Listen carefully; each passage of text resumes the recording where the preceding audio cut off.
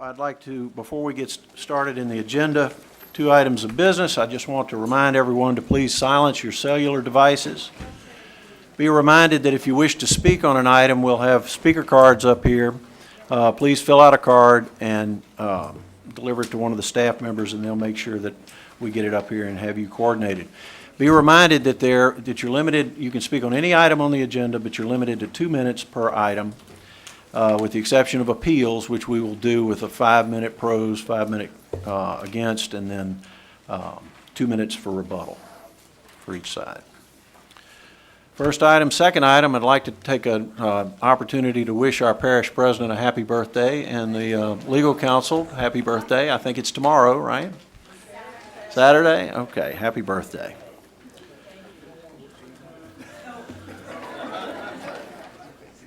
Question was raised whether we should sing. I'm going to defer that to a later portion of the meeting. So we'll move then into the special items on the agenda. The first one is ordinance calendar number 5292, an ordinance adopting the 2015 parish operating budget. Is there a motion from the Finance Committee? Chairman, Mr. Stefancic, motion to adopt. Is there a second? Seconded by whom? Mr. Canulet. It matters to the clerk, Mr. Canulet. Okay. Is there any discussion on the motion? Mr. Chairman. Yes, Mr. Stefancic. We left one open. We left a couple items, and we're going to try to resolve one of them tonight, hopefully. We need to, and I think we have several justices of peace and constables in the audience. We're going to look at a change to their salary for the coming year, and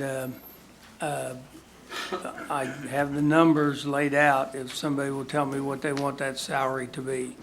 And if somebody wants to put a motion on the floor. I'd like to put a motion on the floor to increase their salaries by $150 per month. Okay, so You're Mr. going to amend the budget. Belisario, that will be a motion to amend. Motion to amend the budget. Is there a second to that motion? Mr. Artigue? Is there discussion on the motion to amend? No discussion, then we'll move to a vote. The motion is to amend the motion to approve the budget based on an increase in salary for justices of the peace and constables of $150 a month. Are you going to ask for comments from the, Say again? you going to ask for comments from the public Oh, sure, yeah. if they want to? Did we have any speaker cards on this item? No, okay. Are there any comments from the staff on the motion to amend? Is there any comment from the public? We'll open it. Excuse me, I did fill out a card. Right. Okay. I'm Connie Moore. I'm a Justice of the Peace in 3rd Ward in St. Tammany Parish. Back in March, we started this process, several members of the Justice of the Peace and Constables in St. Tammany, to seek a cost of living adjustment for the 27 Justices of the Peace and Constables that we have here. The Justice of the Peace and Constables has not had a cost of living increase since 1998. We are not requesting any special treatment. We're not requesting something out of the ordinary. We're simply requesting a cost of living increase for the last 17 years, which would come up to $200 a month, which would bring our current salary, which is $500 a month, up to $700. Our intent is to keep the Justice of the Peace and Constables' salaries current with inflation. That is the only thing that we're asking for. I think the salary is in line. If you look at the average salaries of the Justice of the Peace and Constables across the state of Louisiana, it is very much in line with the rest of the JPs. And with the increased population and the increase in our duties that we have now, I think the $200 a month is a little bit more suitable and more current with the current situation. So I'd ask that you please consider that. Ms. Moore, I appreciate your patience. We did find your card. Thank you. Any questions? All right, thank you. The next speaker card that we received on this item is from Mr. Carlo Hernandez. Mr. Hernandez, be reminded you have 2 minutes.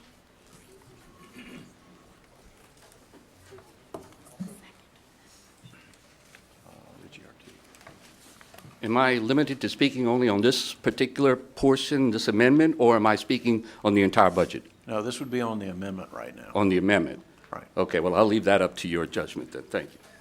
Okay. Thank you, Mr. Hernandez. We'll leave your card open and ready to go for the next, once we get the amendment completed. Mr. Bender. Thank you, Mr. Chairman. I'm fine with, giving people cost of living increases. I want to be clear on that. My only recommendation would be for the future, and I think I've stated this previously once this year, in fact, 1998, 16 years, that's just too long. It's not a good process, in my opinion, okay? I think it ought to be looked at, once every council term, perhaps, once every 4 years, because, I understand they haven't had an increase, and 16 years is a long time, but I don't think it should be every 16 years. I think maybe once every council term. I'm talking about for the future. I'm going to support the motion for the 150. Just making a suggestion for future years. Okay. Thank you. Thank you, Mr. Bender. Mr. Gould, I'll go to you next. Yeah, well, I've heard the number 200. I was actually earlier hoping that we would go with 200. I wanted to know how does the council feel about that? We're not talking about a heck of a lot of money. If we're just keeping up with inflation by going with the 200, I don't see a reason why we shouldn't consider that. But not having an opportunity to speak with everyone about this, I know there are a couple of council members that were in favor of that, but this is the time for us to have that discussion.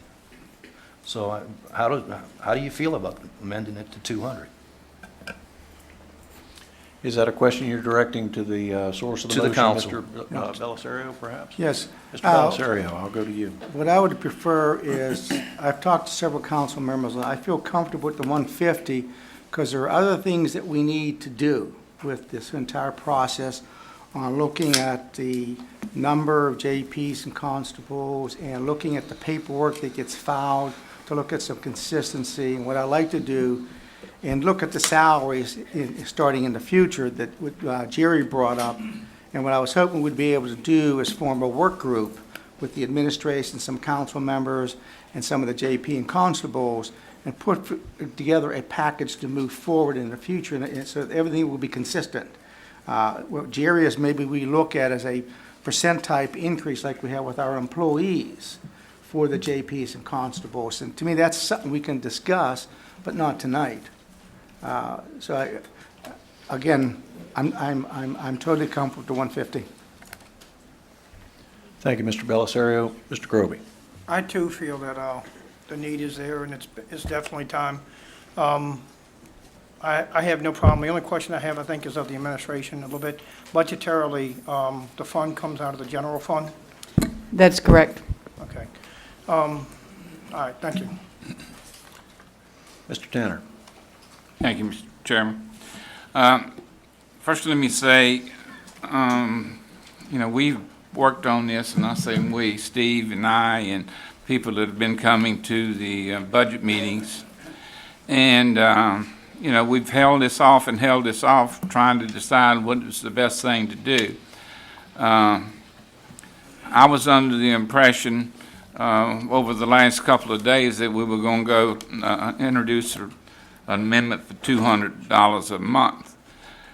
And I'm going to just go a little bit further on what Mr. Belisario said, in the fact that, we have talked to the JPs and the constables, and we intend to get some legislation in the legislature to reduce the number of JPs and constables in the parish in order that we can have a more efficient system than we have now and an equal number of people for each JP and constable.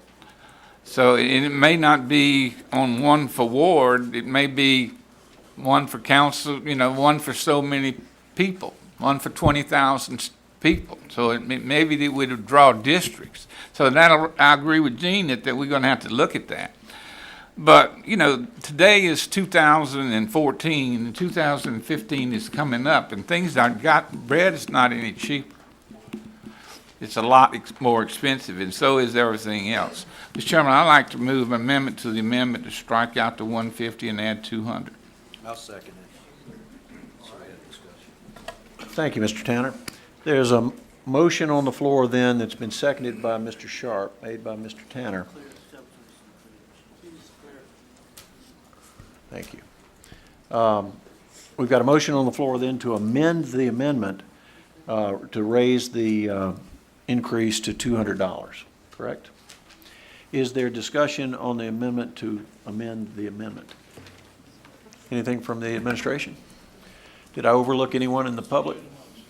All right. Mr. Chairman. I'm sorry, Mr. Stefanski. I've listened to everybody up here talk. I've worked on this for a long time. I called several people and got them to commit to 100. Now and some of them are looking at the 150, and all of a sudden we're going to 200.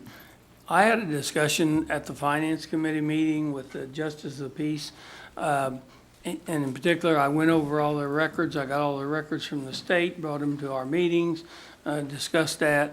And what I found there was, first of all, I realized there's no great instructions on how to fill out that paper. But some of those papers were pathetic. I begin to think that, you know, if I had a third grader, he could have done a better job than some of those papers were filled out.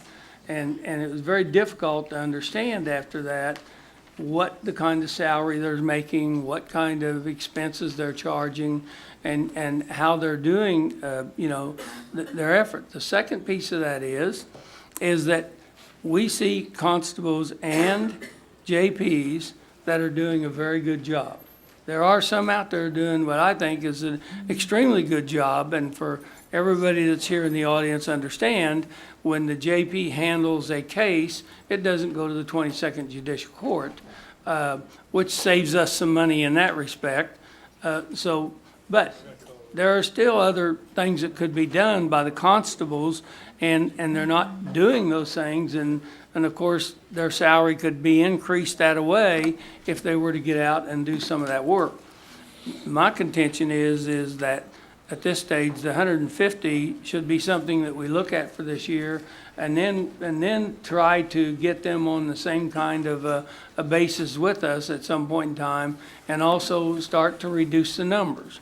Now, there's 27 people that hold one of those two positions. There's 14, I think, constables and 13 justice of peace, or vice versa. I had all the papers before. And so we have, and by the way, this council does not have to give each one of them the same salary increase. Now, we want to, and we should, probably, at least this time, because we haven't ever talked to them about anything different than that.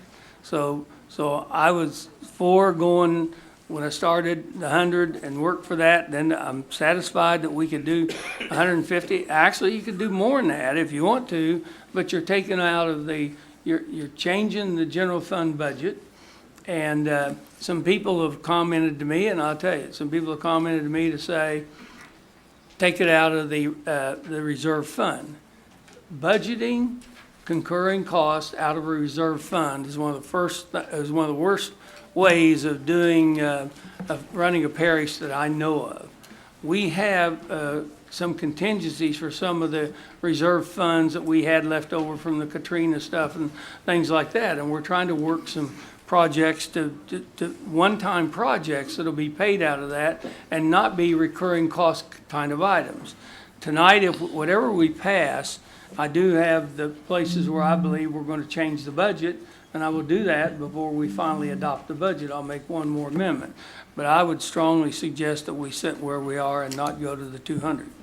And go back to next year, looking at getting them on an equal basis and doing somewhat like Gene has said there, that we go sit down with them from day one and start this process and get them to a salary that's reasonable, and then set them on to a course that keeps them on some kind of an upgrade to their salary on a yearly basis without having to come up to us and come back every year or every 16 years and ask for a raise. To give a 60% raise in salary, which is what you first requested, is a phenomenal amount. When you start talking about the people out here who don't get any raises or don't see any kind of a raise coming on, and even though it's a small amount of money, and you're not making a lot of money, but still a 60% raise is 60%. And I don't know of anybody that's got that kind of a raise even when they didn't go for several years. I think where we are is half of that, and it's going to be a 30% raise. And I think at this stage that would be should be sufficient. So. Thank you, Mr. Stefancic. I'll go to Mr. Groby. Question on the budget side. You were saying that it could come out of the general fund, Steve, or the reserve fund? It has to come out of the general fund. It comes out of ward courts, which is in our general fund, and so we have to, the expenses have to come out there, and we have to find somewhere in our general fund to increase the income, and I think I know where that would be, because we do budget conservatively, so I've looked over all the funds and know where we could pull that amount up. Okay. The reason I was asking is because, as I understand it, we're going to adopt the full budget tonight, and because of such, try as they might, the administration, we realize that I think we're like $400,000 short from the Justice Court on their budget that we have to kind of make up too. So I didn't know if we got enough in reserve to go back to the well. I mean, Yes, we do have enough in reserve, but again, as Mr. Stefancic said, usually when you do dip into your reserve fund, it's for a one-time use of that, but a perpetual fund. So whatever you set tonight, we'll find a place, and we'll cut to where we can get a balanced budget. So, but it must come out of the general fund, and our general fund is a very slow growth, if at all growing. And we have gone into the fund for the last 3 years. We really do have to come to a point that we stop. I'm not saying this is the point. I didn't say that, but it is something we're going to have to look at, or look at how we can adjust that. I may be slightly mistaken, but I think since I've been a councilman, I think each year the Justice Center is short of funds, and we have to make up out of general fund. We're obligated by law to do that. I know the public doesn't come to a lot of the budget hearing, but that's one of the shortfalls we have to make up this year, is around $400,000+, and we've got to take it out of the general fund to make it up. So I was just making sure we had a, buffer for it. Thanks. Right, that's the justice system that is that Criminal shortfall. court fund. Criminal court fund. Is what you're talking about, and we will work that issue. We work that all year long. Leslie, myself, some other people work that all year long with the district attorney and the judges, and we have the coroner in those meetings now, and we have the sheriff in those meetings. So we are trying to get those things resolved. I can clearly say that the administration has tried. We've tried to get very this hard. balanced. It's still, I know they have. we still get those requests. Thank you, Mr. Groby. I'll go to Mr. Tanner. Yes, I wanted to add the fact that I agree with not doing recurring expenses out of the general fund normally, but we do this from time to time, and I don't want to be ugly or anything, or anybody to think that I'm implying anything, but we won't have any problem recommending another $150,000 to hire lawyers to fight all well drilling in St. Tammany, but we're going to have a problem with giving $50,000 to 27 people. Now, I agree with Steve in that all of them don't do what they should do and as much as they could do. But that's the reason why we want to reduce the number, and those people are going to be put in districts with people who do work hard, and they're not going to be reelected. And this is not going to be a change in these people for 6 years. They have 6-year terms. They start their terms in January, and they're going to be there for 6 years. So I don't think I'm not in favor of raising their salary while they're in office.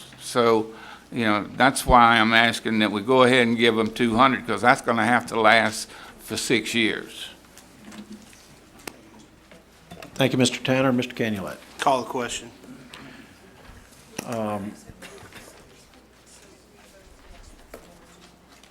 Correct. So what we are doing right now is taking a vote on the amendment to amend the amendment, which would move the salary increase to $200. Correct? Are there any further comments? None from the administration? No more cards? All right, let's vote on the amendment to the amendment.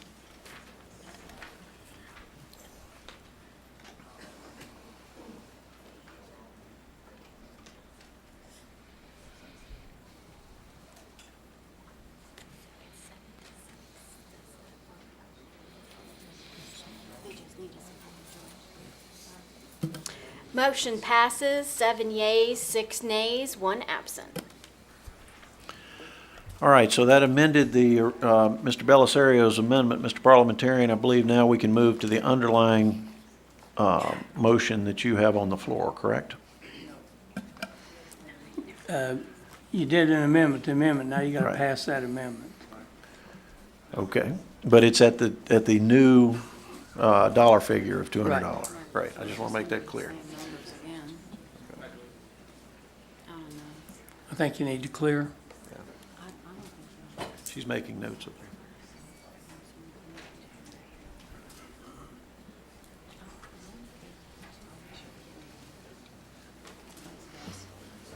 it.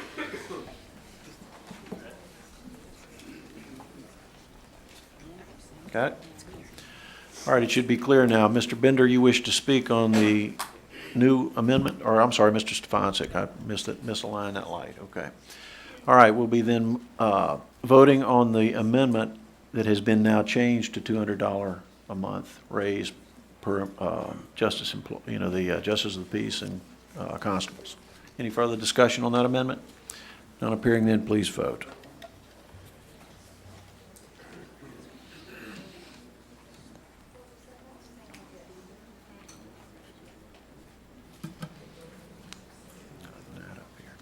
Motion is unanimous, 8 yeas, 5 nays, 1 absent. No, I'm sorry. Motion passes, 8 yeas, 5 nays, 1 absent. All right, so we've got that amendment now incorporated in your motion to approve the budget, Mr. Stefanczyk. Now I have one more amendment to make then. I move that we change the board court's salaries from $208,600 to, I need to do a quick number here. Well, I'm going to just say add $48,600 to it because that's the $150 a month. Ward court salary is currently $208,600. What I want to add to that is $48,600. That's the amount of the salary increases. At 150. At 150. But we're at 200. I'm sorry, we just passed it too. I'm sorry. 64,800. I had all these things worked out. $64,800. Okay.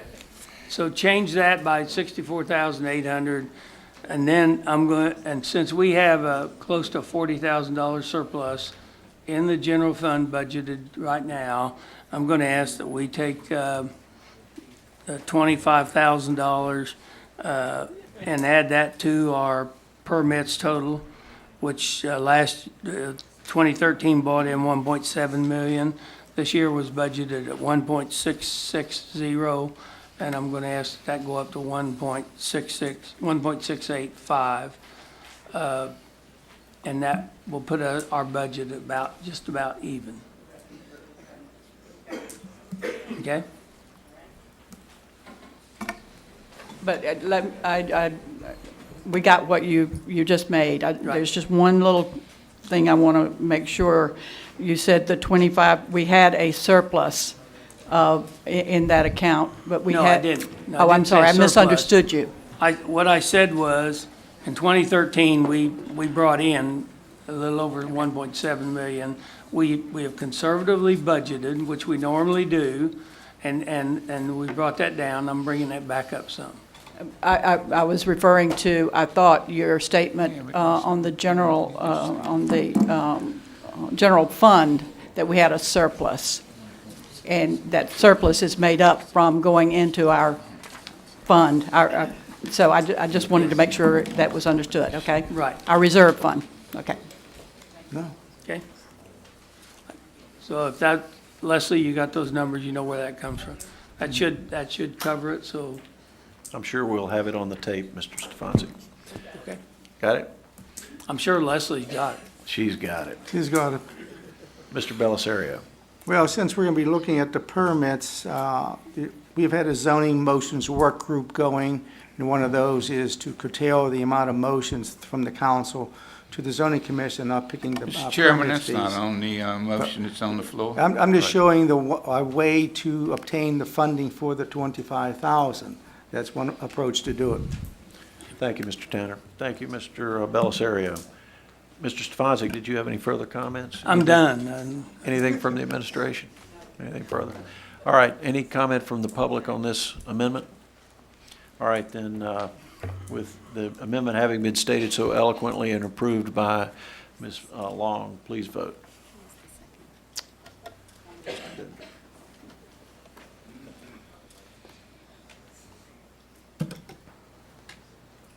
Motion is unanimous, one absent. All right, the budget has been amended. Mr. Stefanski, do you have any further amendments from the Finance Committee on the 2015 operating budget? No, the budget is, we're now on the motion to adopt. Right. Mr. Hernandez, I'll go to you for your 2 minutes now. Thank you for your patience.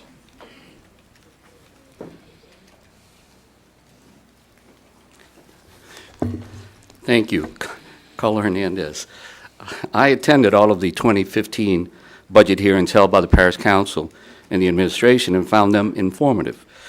I am requesting that the additional budget information provided by each department at their hearing be provided online to the public at least 3 days before the scheduled hearing. I want to thank Mr. Groby, Mr. Gould, and the rest of the Parish Council and the Parish President and the Public Works Director and Department for finally being able to get the first segment of the street lighting on State Highway 1088 installed between I-12, the I-12 interchange, and Lakeshore High School. Efforts are ongoing to get the street lighting installed from the I-12 interchange to State Highway 59. The actual street lighting for the I-12 and State Highway 1088 interchange has now been pushed back to 2015 at the earliest. During the time I was encouraging the street lighting of State Highway 1088 to the high school, I was not aware of the possible fracking operation taking place a short distance from the high school until it became public knowledge earlier this year. I joined the many residents of St. Tammany to encourage the Parish Council and the administration to adequately fund the legal challenges to this inappropriate proposal. As I have done in past years, I calculated the zoning fees that have been waived by the Parish Council at its monthly meetings during 2014 as $13,698. The actual zoning fees collected during 2013 was $68,231.98. The projected zoning fees for 2014 are $73,825. The $13,698 in zoning fees waived by the Parish Council represents 19% of the zoning fees collected. This year, 7 of the 14 council members did not request any waiver of the standard zoning fees. I will begin by thanking Mr. Falconer, the one and only council member over the years not requesting one waiver. The other council members not requesting waivers during 1914 are Mr. Gould, Mr. Groby, Mr. Canulet, Mr. Bellisario, Ms. O'Brien, and Mr. Ortiz. I request that the parish stop waiving the zoning fees now and in the future. I am also requesting, in the spirit of transparency, that the Department of Development, within 48 hours, place online any and all administrative decisions and permits made with a brief explanation of each. Thank you. Thank you, Mr. Hernandez. While we are always appreciative of thanks from the public, we want to remind you to remain on topic when you come to the podium and speak on an item. All right, is there any further comments or discussion on this, on the motion? None appearing, then please vote. Motion is unanimous, one absent. I'll move to item then number 2, ordinance calendar number 5293, ordinance adopting the 2015 to 2019 Parish Capital Improvement Budget and Program, and further identify fixed assets and grant awards. to Mr. approve. Stefanczyk.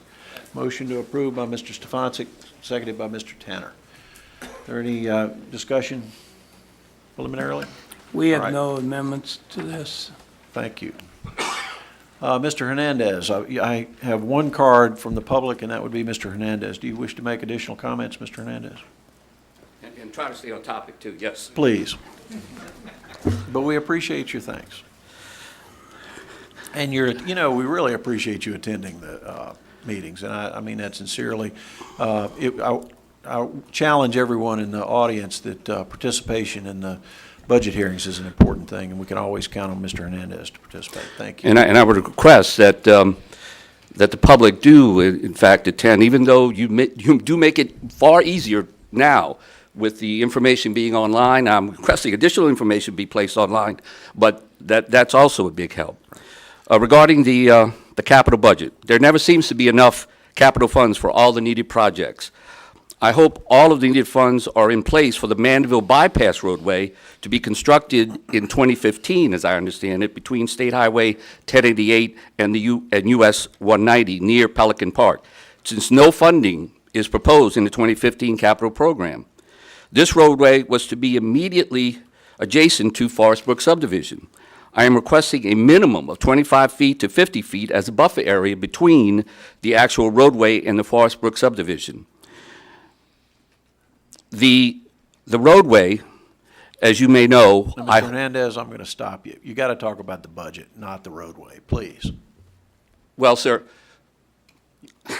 the budget I'm talking about does not include funds for, as I understand it, for that. Is that correct? All the more reason not to get into the discussion about the Well, roadway if but it's what not I'm, on I guess what I'm, the budget right now. well, but I guess I want to express my concern that possibly there is insufficient funding right now for this project to take place. Then I let- guess that's the purpose of my comments. Then let me suggest that you discuss that with your elected representative. Mr. Falconer, may we correct some misinformation, Sure, please? Madam President. Leslie, would you, please? Well, I was just going to point out that, I mean, we did during this current budget year, 2014, budget capital funds for the Mandeville bypass. I don't have it with me, but I think it was maybe close to $3 million. And then as additional funds, we actually receive awards, we'll be coming to you with a budget amendment to increase that amount. Okay. And- So do you have further comments about the capital budget? Yes, Mr. sir. Hernandez, please proceed. And I hope I'm on task, because the point regarding the bypass roadway is to have a sufficient funding for that. And what I'm requesting is that bicycle path be included, a pedestrian path be included, and sufficient right-of-way be included to properly buffer that roadway. And I do believe that's part of the funding for construction in the capital program. I also want to say that there is a portion of Forest Brook that has a right-of-way available to connect to this proposed bypass. And I would hope that consideration be given to including funding for that either in the very near future as part of the project. Thank you. Thank you, Mr. Hernandez. All right, are there any further comments, discussion on this Yes. item? Mr. Tanner. I just want to, Mr. Hernandez and Forest Brook and Mandeville and 1088, to realize there's a lot of other places in this parish that we need projects. One of them is the Highway 190 from Claiborne Hill out to 190 bypass. And we've been waiting on that and waiting on that and waiting on that. And now we get some money. And I've supported it, and I've been with Ms. Brister, and I support the bypass road. I know it'll be good. But I also know that we have other projects that are just as important. And we move this one ahead of a lot of other important Chairman, projects. he needs to Thank you. stay on, he needs to stay on topic, too. Thank you, Mr. Stefanczyk. Please continue. You're finished? Okay, good. Do we have any further discussion on this item? Not appearing then, please vote. Motion is unanimous, one absent. All right, we'll move to the area in the agenda under presentations. Presentation number 1, presentation by Jobs for America graduates. Ms. O'Brien. Jobs for America's graduates.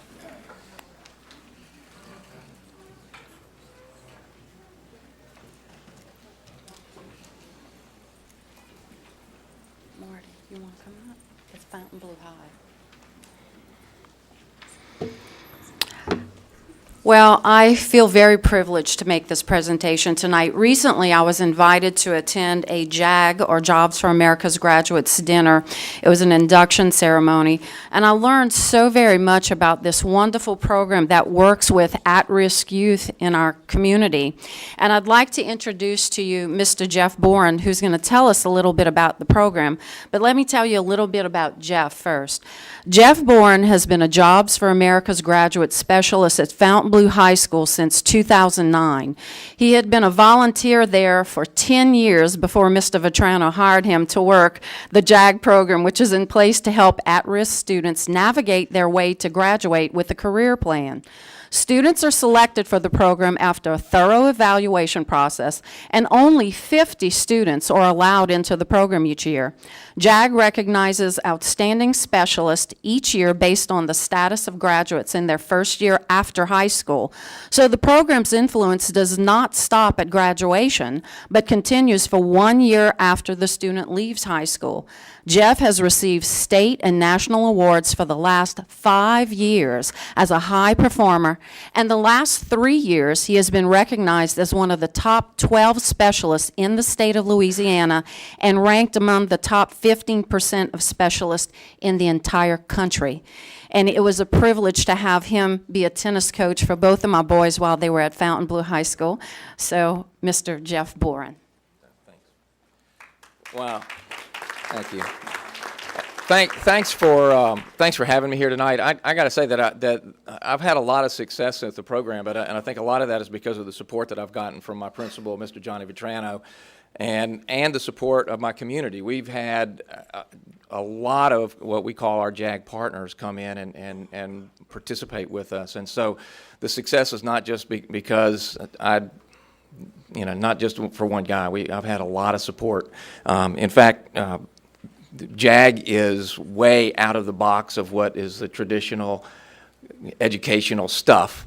So every time I walk into Mr. Vetrano's office with hey, Mr. Vetrano, I have an idea. He has gotten really good at preventing his eyes from rolling into the back of his head. He gives me a very long leash to operate to help our kids get across the stage at graduation. And our community partners have pitched in. When we first got started, we needed funding, and we had a number of people, a number of businesses that contributed. Our students now run a business called Jag Pride Products, where we make buttons and sell them to the different organizations in the school. So we have become self-supporting and trying to teach them a little bit about entrepreneurship and how to hold a job just by working for ourselves. I have been a youth worker since 1983 in a wide variety of capacities. I got to coach her boys and had a blast doing that. I'm a gospel magician, so I do magic shows for kids, and I've also been a youth pastor. So I've walked with a lot of kids in a lot of different ways, and so I think I have a unique ability to cross cultural and generation gap to reach those kids. When I think about what we do with the JAG program, and sometimes the educational leaders cringe when I say it this way, but my job is not to help a kid get a diploma. My job not to help them graduate or to get a job. My job is to help a struggling teenager find a vision for their life. And I believe that when they find that vision, that a diploma and a paycheck will be a byproduct. We have 37 core competencies that a lot of people call soft skills, that range anywhere from career development, job survival, how to get a job, basic communication skills, teamwork, leadership, and personal growth. And the most significant thing I think I can bring to the Parish Council is that since 2011, I've lost contact with some of my kids from 2009 and 2010, but since 2011, 80% of the kids from our JAG program are employed here in St. Tammany Parish, which means they're going to be voting So I thought I would put that up. 22 of my kids right now are employed. They have to work here in St. Tammany because they live here and they go to school here. But of the 60 kids that have graduated, 48 of them are working right here in St. Tammany, some of them in full-time, some of them part-time. Of those 12 that are not, 3 of them are in military service. One of those kids married one of the kids that was in military service, which was really cool seeing 2 of my kids get married, and they don't live here. A number of kids are going to college away from here, and 2 of them, just to be real honest, told me that the parties are better in New Orleans. So, we can't keep them all here, but we're excited. They're working full-time, and one of my goals this year is to reach out more into the community and let more people know about what we're doing, because the JAG program is producing some young men and women that are job-ready. All they need is an opportunity to get the specific training to be able to work here and to meet the people that'll give them that opportunity. And so it's just a privilege to be here. I appreciate you letting me speak. Thanks, Maureen, for having me. And I'm going to let Noelle talk a little bit. Well, we have a special treat. Noelle Morris graduated from Fontainebleau High School in 2013. Now, she was selected for the JAG program when she was way behind in credits and was not improving. She spent 3 years in JAG, each year serving as an officer in the Career Association. Now, 1 year she served as president. She ran for state office 3 years but never was selected. However, after amassing almost 100 hours of community service during her 3 years as an officer, she was recognized as Miss JAG Louisiana. The State Career Association officials noticed her big turnaround as a student and as a leader and awarded her Never Say Die attitude by recognizing her as the top female JAG student in the state in 2013. She's now working at Movie Tavern. Miss Noelle Morris.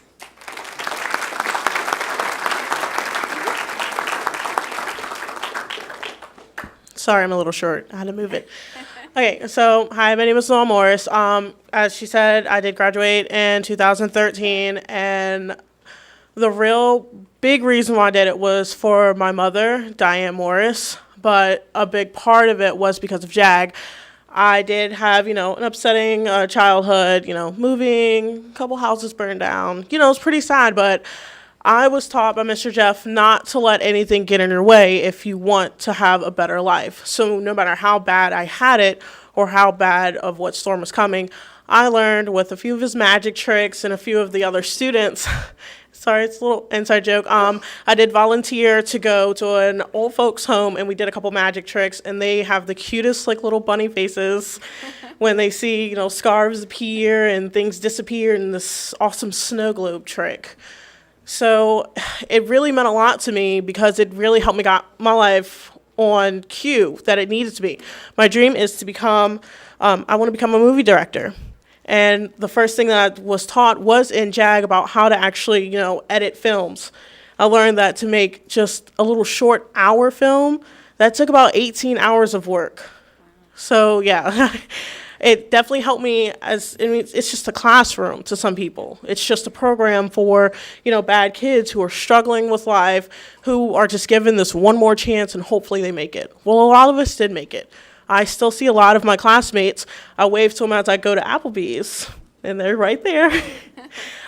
It definitely taught me, or the thing about it is that it taught me how to deal with hard people in my life. I was put into certain, we did group activities. I was put into groups where he knew I didn't like, the little boy sitting right over there. I didn't like him. But he taught me how to respect them, and you never know what's going on in somebody else's life.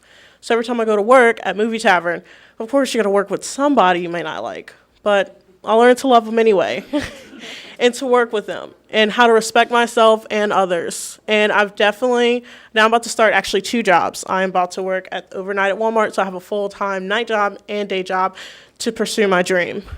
So after I get it on set, I might just film all of you. I saw a couple of good faces on that monitor, posing. I saw that, so I'll definitely keep you on my call roll, okay? Thanks, guys.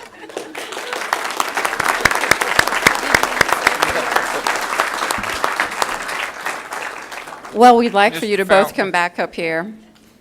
So we do have a plaque for you. Mo, And it before you reads- present the plaque, just a second, I think there's some councilmen that want to make some comments, okay. please. Great. I just want to ask, who taught you to public speak? You did an excellent job. Oh, Come up to the mic. I'm naturally a creative writer, also write my own movies and poems, and there was a teacher there, Miss Gerald.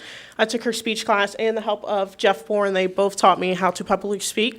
Literally, you can give me one word and I could talk an hour about it. Putting her in front of the microphone is scary. And Jeff is very motivating. I know that from him working with my boys. Well, our certificate reads, St. Tammany Parish Government Certificate of Recognition.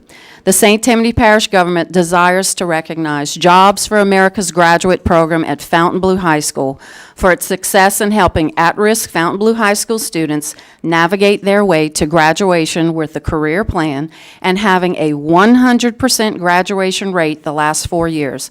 The commitment and dedication of the leaders and students of this program is greatly appreciated by the citizens of St. Tammany Parish. Congratulations. Thank you. You did a great job. You were fantastic. You were, sweetie. Okay, turn around. You can hold.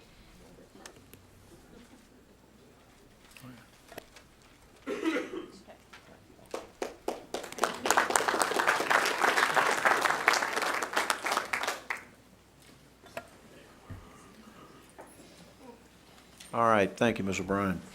The next item, we want to move off the items off the floor agenda. It's actually a presentation, and rather than having that come at the end of the meeting, I'd like to entertain a motion to open the the items off the floor to that one item, number one. Mr. Gould, seconded by Mr. Groby.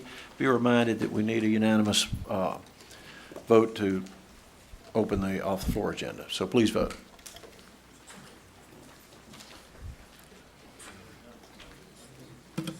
Motion is unanimous, one absent. Okay, the item number one, presentation of certificates of recognition to Nikki Alonso and George Bazoo. Madam President.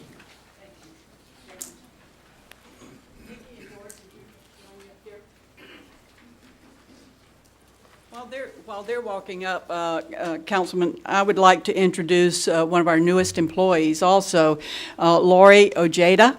I know you've talked with her. She is in our office in Slidell. She will be moving back into the offices over here as the receptionist here. So Lori is still here?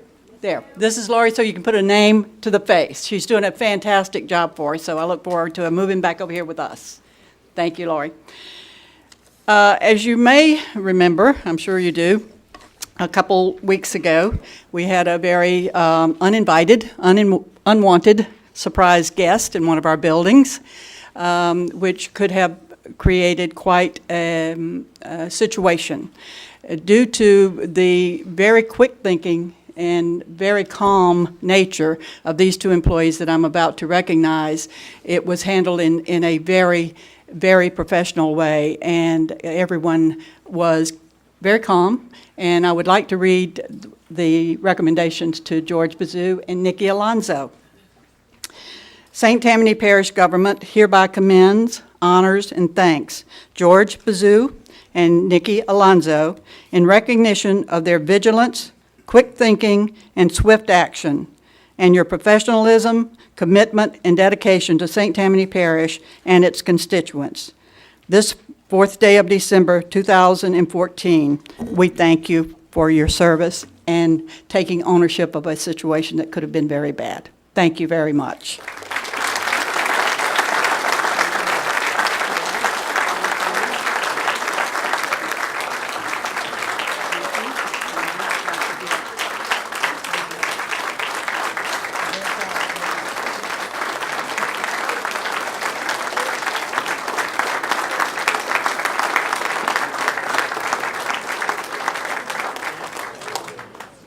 Thank you. Thank you.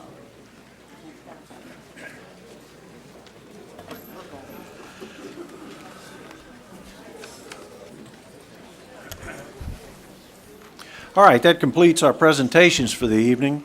I'm going to move to the area on the agenda referred to as the consent calendar, and I'm going to remind the public that this is an area of the active work of the council where we will take one vote that will approve all the items under the consent calendar, which basically breaks down to the minutes, the ordinances for introduction, and the resolutions, with the exception of those items that we pull. When we pull an item, we'll actually have discussion on that specific item, and we will have one single vote for that particular item.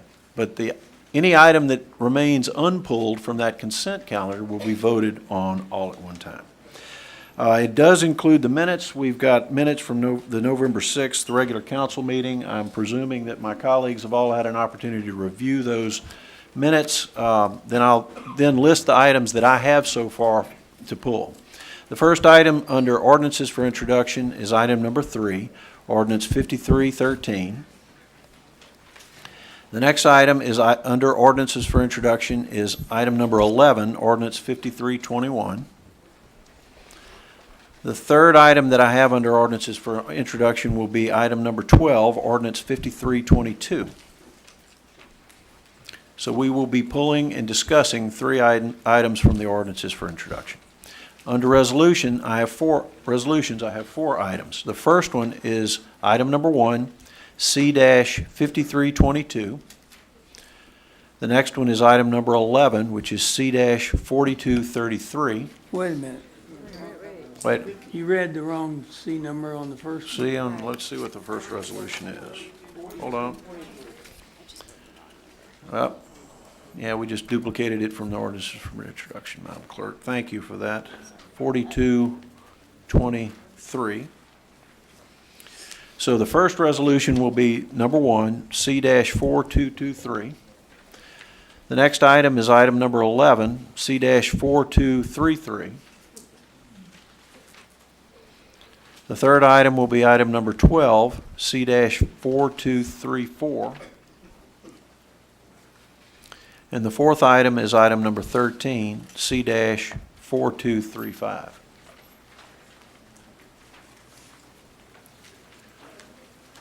Mr. Sharp, do you have any other items you wish to pull? Mr. Thompson? Mr. Gould?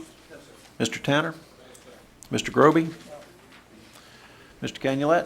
Mr. Belisario? Yes, I'd like to pull ordinance for introduction 5312. It's the second item. 5312. All right. Anything else, Mr. Belisario? No, sir. Okay. Ms. O'Brien? Mr. Stefancic? Mr. Bender? Mr. Artigue? Mr. Smith? Anything from the administration? Okay. We have received several requests from the members of the public, but I want to make sure we've gotten them all. Does anyone else wish to pull an item for discussion? Okay, none appearing, then what we'll do now is approve the balance of the resolutions and the ordinances for introduction and then move to each one of these items for discussion. Move to approve consent. Got a motion by Mr. Stefancic, seconded by Mr. Smith to approve the consent calendar. Any discussion on the motion? None appearing, then please vote. Motion is unanimous, 1 absent. All right, so the first item that we pulled for discussion is item number 2 under ordinances for introduction, ordinance calendar number 5312, ordinance to name the Slidell Airport Road extension as the T.J. Smith Senior Expressway. Mr. Belisario, you requested to pull this item. I'll go to you. Yes, sir, Mr. Chair.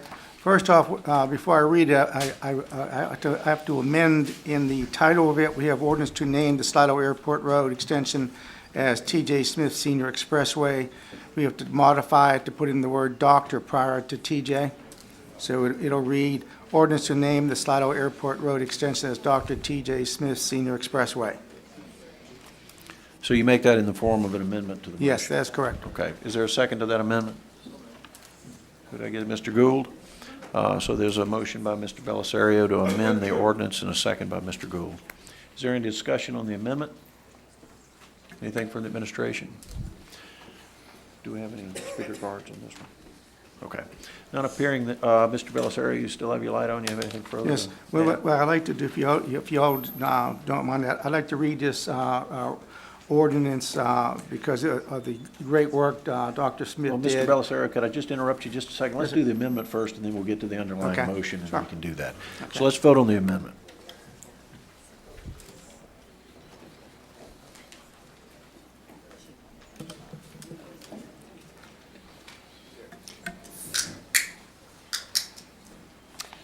Mr. Sharp, Mr. Thompson.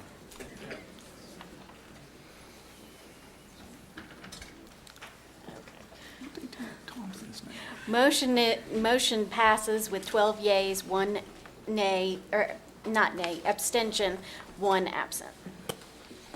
All right, now, Mr. Bellisario, I'll go to you.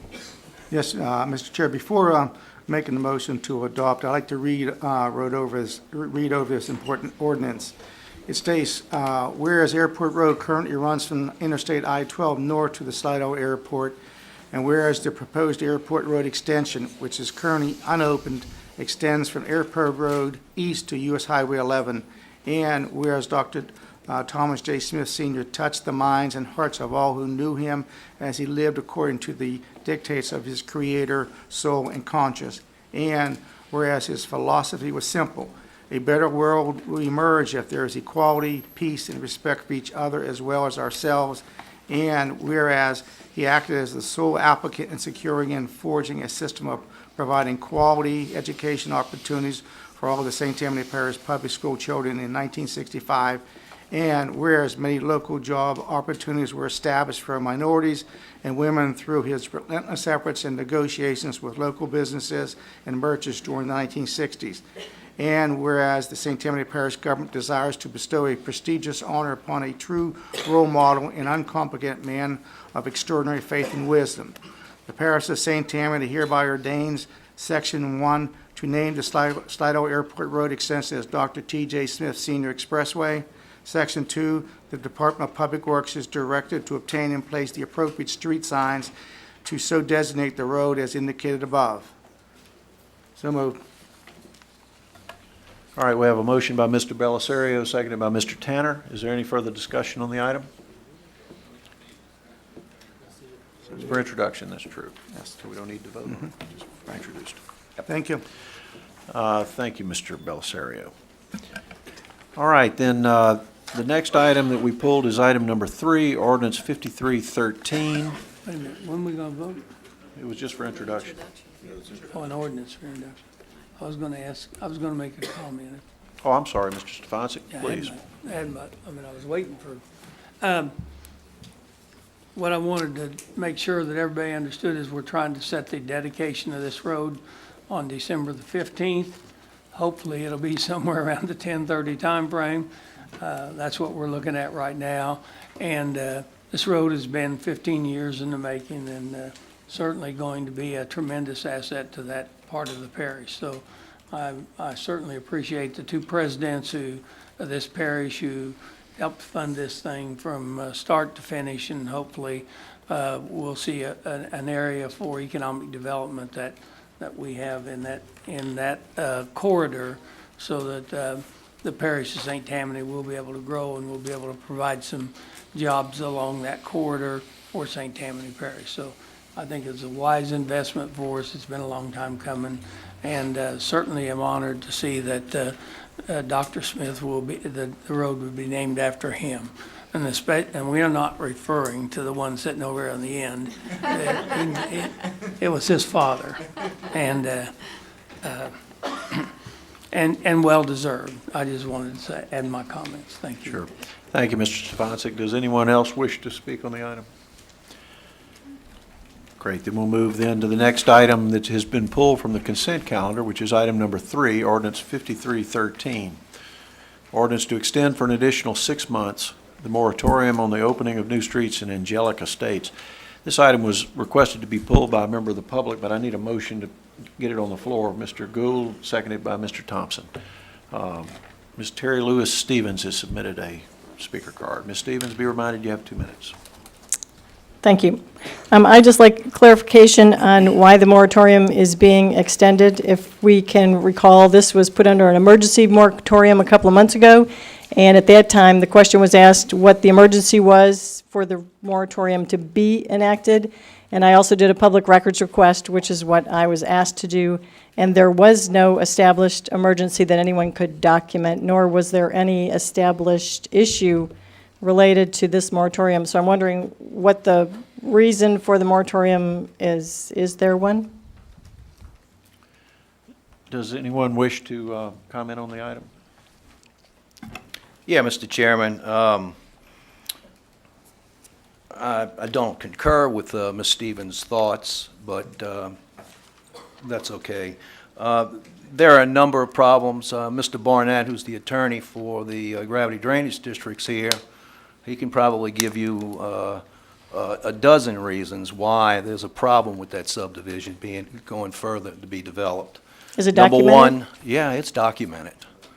Well, I don't know where you went looking for your documents. Please, Parish. let's Sorry. not get into In any event, dialogue here. there is ample reason. The developers, the last report I saw, the developers had not done any of the, performed any of the items that they need to do to clear up the problems with dedications of streets, drainage issues that have been generated. And therefore, our position, or my position, has been is that they will not be allowed to sell off any additional streets for new construction until they fix the problems and we are able to resolve the issue. Great. And this is documented. Thank you, Mr. Gould. How much time does, Mr. Stefanczyk, how much time does Ms. Stevens have remaining? Okay. No, we're going to have to look at that. So have we concluded Please that continue. it is documented somewhere, or no, we have to ask someone here in the audience I'll to tell you what, document Ms. it? Stevens, no, we'd be happy to have you make an appointment through our council staff, and we can help you find the answers to your question offline. We'll be happy to. Okay, thank you. Great, thank you. Are there any further comments on this item? You got your light on, Mr. Gould? Oh, Anything sorry. further? Anything for the administration? Great. Then there's a motion and a second. That's all we need, so we have now introduced item number 3. The next item for ordinances for introduction would be item number 11, ordinance 5321, which is an ordinance to authorize the parish president to enter into a cooperative endeavor agreement with North Shore Community Foundation, Ward 3, District 3. Mr. Thompson, could I ask you to place a motion on the floor so we can, we received a request to pull it by a member of the public. Motion by Mr. Thompson. I heard a second by Mr. Canulet. I have a speaker card for Ms. Barbara Dodds. Ms. Dodds, be reminded you have 2 minutes. Mr. Parliamentarian, please start the clock. Yes, my question about this one is what the parish policy is on using parish property that has been paid for by taxpayer money for a private foundation. I think we may be getting on a slippery slope if we move forward without having a parish policy to govern what is done. And I would like to ask that we perhaps postpone this till we could vet it or speak about it publicly further. Does that conclude your comments, Ms. Dodds? Yeah, Very well, thank the you. organization may be perfectly fine and do good things, but we don't have a policy that I know of to govern this type of action, where we're practically donating taxpayer-funded property to a private foundation. Thank you, Ms. Dodds. Madam President, do you wish to address that item? Yes, legal counsel will. Please. Sure. As with any cooperative endeavor agreement, the Louisiana State Constitution, Article 7, Section 14, allows government entities to enter into cooperative endeavor agreements with public entities as well as private entities, as long as there is a commensurate benefit to the public entity and it is not a purely gratuitous donation. And in fact, in this case, it is simply a cooperative endeavor agreement allowing the use of the property. The parish is not donating the property to this organization, and we are maintaining ownership of it. The commensurate benefit to this public entity is documented in the ordinance itself and will be further documented with further details in the cooperative endeavor agreement.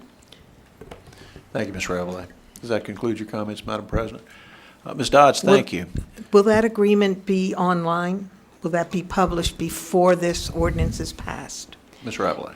It will not. This ordinance allows us to start the negotiations, and the cooperative endeavor agreement will be online after it is entered into. Those are being uploaded to our website, and I'd be happy to give you that link offline. Thank you. You're very welcome. Thank you, Ms. Dodds. Any further discussion on this item? Not appearing, then please vote. Oh, that's right. Thank you. I'm getting ahead of myself. That final item under ordinances for introduction would be item number 12, ordinance 5322.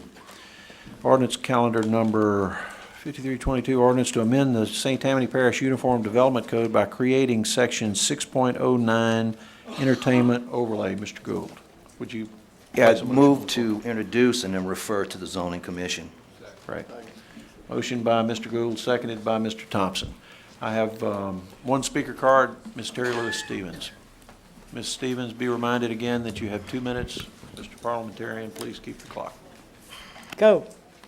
Mr. Gould, could you explain what the reason is for this particular overlay? Not that it's a bad thing, just what prompted it to be introduced and what is involved in it? Ms. Stevens, wait, time out. The protocol for this meeting is for you to address the chair. And when you address the chair, please do it in affirmative statements. You've got 2 minutes to say what's on your mind, and rather than directing questions, please give us the benefit of your thoughts on this particular item. My thoughts involve questions. I'm wondering how this came about, what the purpose is for this particular overlay.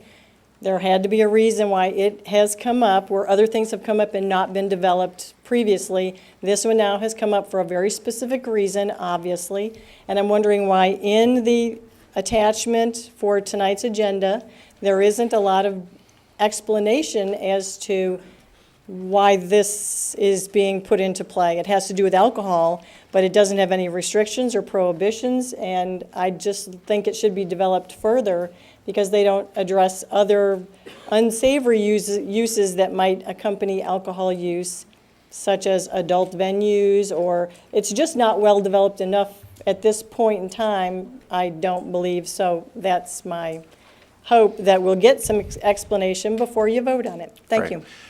Be reminded that we're not voting on it tonight. We're merely introducing it and referring it on to the Zoning Commission, where those items will be discussed, I'm certain, fully. Okay? Any further discussion on this item? Mr. Gould, you have your light on? Yeah, this is being developed in conjunction with the alcohol licensing requirements that we may pass tonight. The overlay is the method for having a public hearing. And I'll get into the alcohol ordinance later.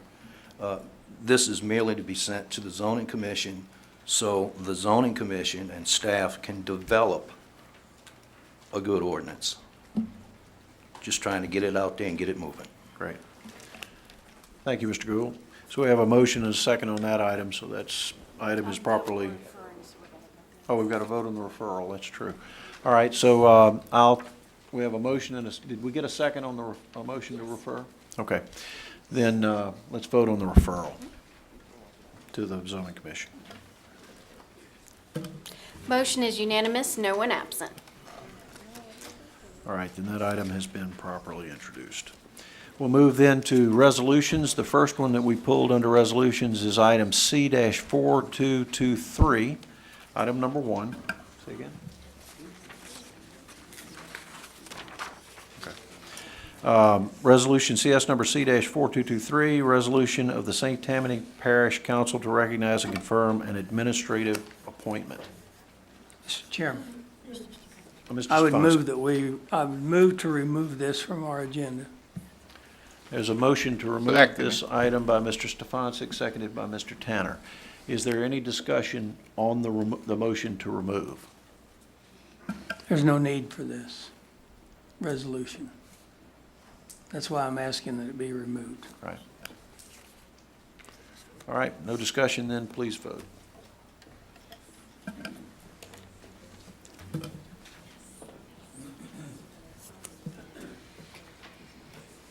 Mr. Stefanczyk, Motion is unanimous, no one absent. The next item will be item number 11, C-4233. A resolution to concur or not concur with the Covington annexation and rezoning of 50.03 acres from Parish A1A with a rural overlay district to Covington RS1, Ward 3, District 3. Mr. Thompson. There's a motion to concur by Mr. Thompson and a second by Mr. Gould. I have one speaker card, Ms. Margie Vicknair-Prey. Welcome, Ms. Vicknair-Prey. Be reminded you have 2 minutes. Yeah, thank you. And thank you for the reminder again on the procedures. I'm learning. I have a question more so, which I keep noticing this rural overlay on the several zoning permit changes. And I was just wondering if you could give me, and I'm sure there are others here who don't really understand, what does the rural overlay do as opposed to the standard, the different zoning, because it's on several different zonings that change for the rural overlay. And I'm trying to understand what the significance is and how a rural overlay changes the usage of the property. For the purposes, that's not really germane to the topic that we have right now, but I will make an exception this time to get information out to the public. Mr. When we did the comprehensive rezoning 2007 through 2010, we were trying to zone the parish for the various densities, potential densities. One of the concerns raised by residents in the rural parts of the parish were that there were some historically rural land uses that would not be permitted under the standard A1, A2, A1A zoning classifications. Many of those uses are protected by state law, the right to farm type uses. What the rural overlay does is there's a specific overlay listed in the zoning ordinance. You can go to that and see exactly what uses are involved. But it basically allows by right specifically those agricultural type uses, those traditionally rural uses in areas where it's deemed appropriate by the council. Okay. So it if there's adds an some area- other, specifically adds some other uses to the standard residential use. And the uses are all agricultural oriented? Agricultural, commercial that support rural lifestyle, small mechanic type things. But you can go Okay, into the great. ordinance and you can see what the language is. Great, And if thank you have any you. questions, contact the office. Thank you. That helps. Thank you. Thank you, Ms. Vicknair-Prey. Any further discussion on this motion to concur? Mr. Stefanczyk, yeah, you've got your No, line I'm on s- there. Okay. None appearing, then please vote.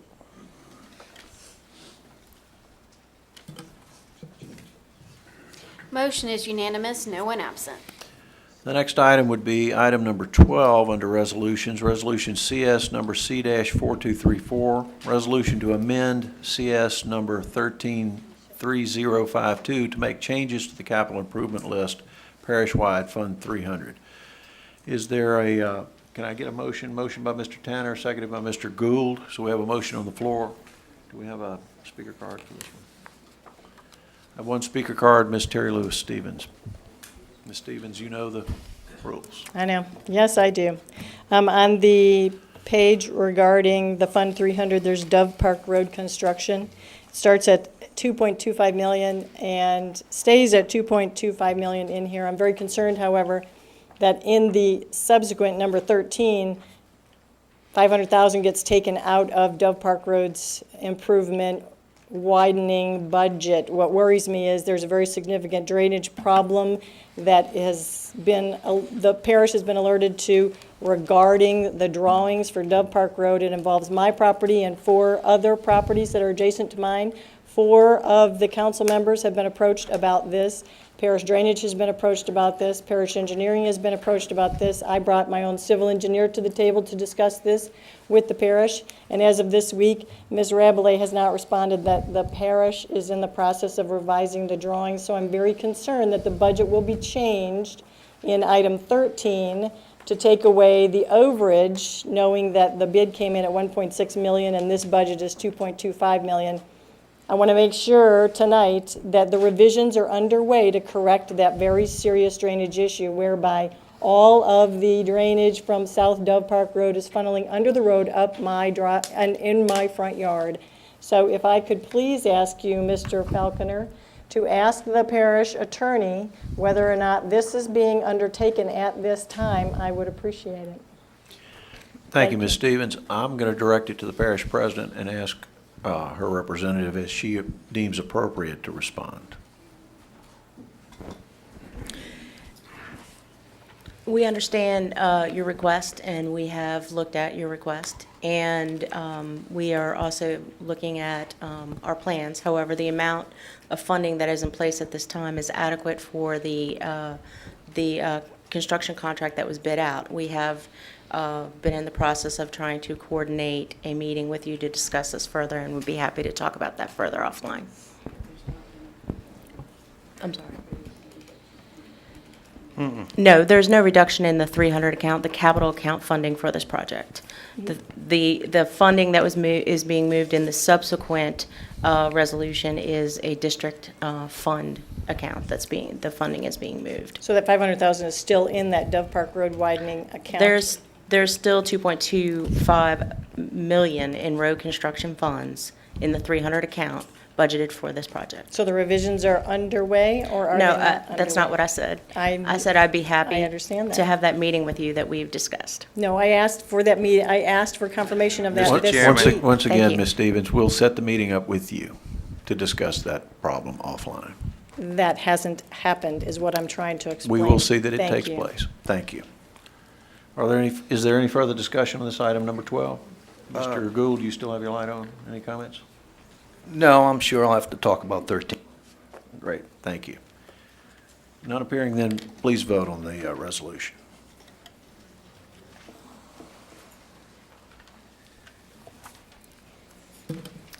Motion is unanimous, no one absent. Item number 13, then, is Resolution CS number C-4235. Resolution to amend ordinance CS number 133052 to make changes to the capital improvement list, District 5, Fund 305. Motion by Mr. Gould, seconded by Mr. Thompson.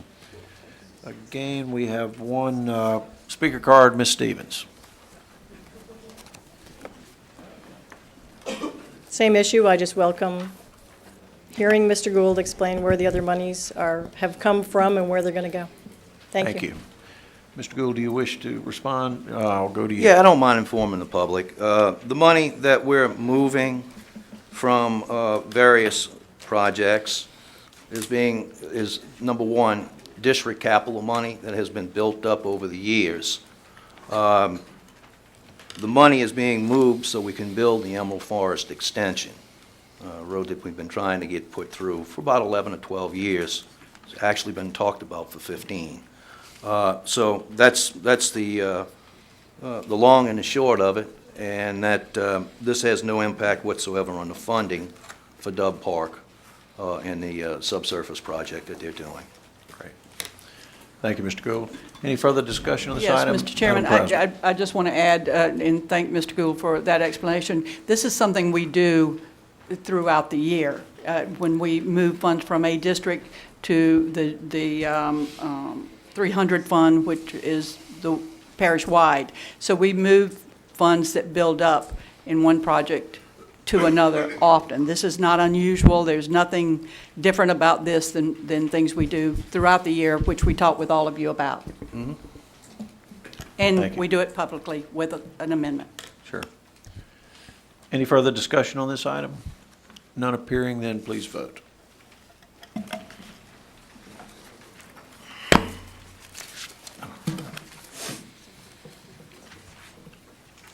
Mr. Gould. Motion is unanimous, no one absent. All right, that completes our work on the consent calendar. I'll move then into the area on the agenda identified as appeals. We have one appeal tonight.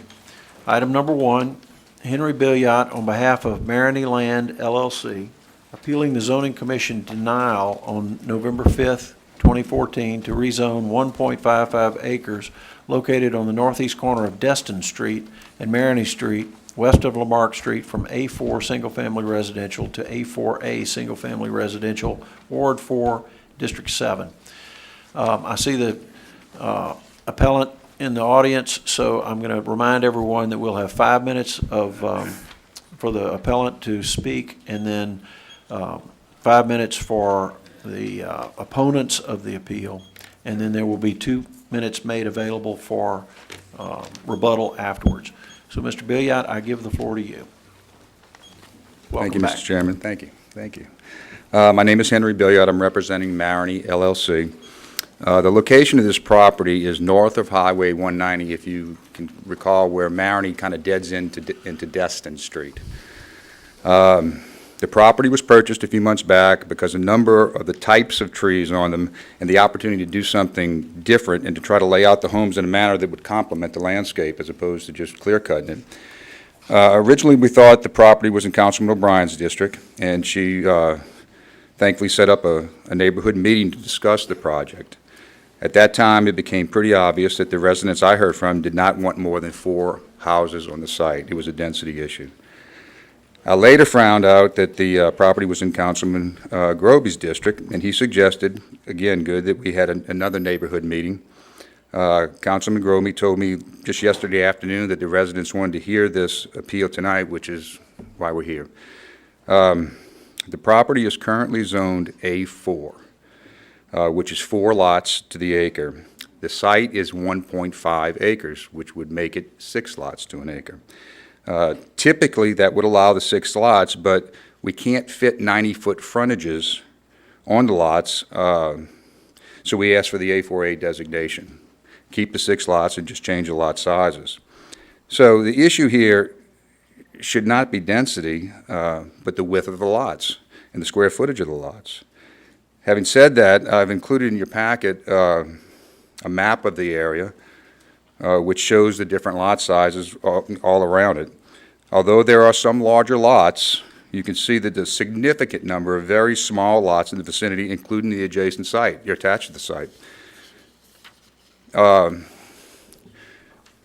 This probably isn't an important issue at this point, but I know that the citizens were interested in it, and that was the cost of the houses.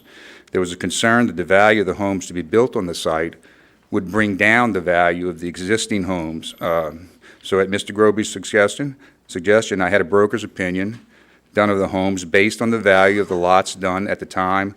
That came out to be $225,000 to $250,000, which I don't think would negatively impact the value of the existing homes, but probably positively impact them. Although there are some very nice homes in the area, the majority are smaller homes built on 50-foot lots, and it shows it on the map. The existing lot sizes in the area, it's also part of your package, and part of the package shows the square footage of a few subdivisions in the area, the square footage of the lots. The proposed square footage of the lots on the plan I'm proposing on lots 3, 4, and 5 are 7,986 square feet each. Lots 1 and 2 are 68 square feet each. Lot 6 is 951 square feet, which are larger than the existing subdivisions mentioned in the broker's opinion. There's also, which we didn't have a good grasp of at the meeting, an existing 75-foot right-of-way that borders Tammany Avenue, and it's shown on there. I realize that the right-of-way can't be used to be built on, but from a green space point of view, it would increase the green space portion of a lot and make Lot 3 17,061 square feet, and Lots 1 and 2, which is 273 feet deep by 66 feet wide, are 18,018 square feet, which is far larger than the lots mentioned in the broker's opinion and the area. I was and am willing to sit down at Councilman Groby's suggestion with the residents and show them the type of construction to be built on it, but we never really got that far. The zoning meeting, we lost 4-3. We came up, and I think all the information that was considered, and we certainly didn't have all the information that we have now. If this property were to be sold to someone else with a limitation of 4 lots, with no restrictions on the tree cutting and no tree surveys or anything else, chances are those 4 lots are going to wind up looking like those houses on those lots look like they're sitting on top of a rock. They're going to cut all the trees like they do most everywhere else in St. Tammany now. The residents have have really valid concerns regarding this parcel, and my intention is to continue to work with them, and if allowed, make this a property to be proud of. I'm requesting that the council overturn the zoning commission denial and allow the re-subdivision of the lots into 6 lots, A4, which is what it is on the map, and move forward with something that we would truly be an asset for the area. Thank you. Thank you, Mr. Billiot. How much time Mr. Stefancic has left? And was that it? About 5 seconds, okay. Then we'll move then to the opponents of the appeal. The first card that I have, I'm not sure who you are. Are you Mr. Gil King? Yes, I am. Okay, please approach. You would just happen to be the first one. I wanted to make sure I had the right card. Be reminded that your group in opposition to the appeal will have 5 minutes total, so you maybe want to measure out your... Yes, sir. I have some packets here, if you don't mind, sir. I'd like to present them. Sure. And one for the record if need be. And I'm going to keep my comments short because it is what it is. My name is Gilbert King. I live at 1823 Destin Street, and tonight all of you have been presented with a petition with nearly 150 signatures. These are your constituents and my neighbors. I want you all to know and understand that a vote to reverse the decision that the Planning and Zoning Commission was compelled to make would be a vote against the request of every constituent who signed it. Additionally, I will have you know that not one person that I approached refused signature. This is an issue of zoning, density, and concern for our property value and quality of community. I'll leave time for anyone else who may want to speak. Thank you, Mr. King. Next person, I guess you guys signed up at the same time, Janice King. Great, you yield your time, thank you. I'll go then to Ms. Naomi Rosenthal. I didn't sign it, but I have something to say.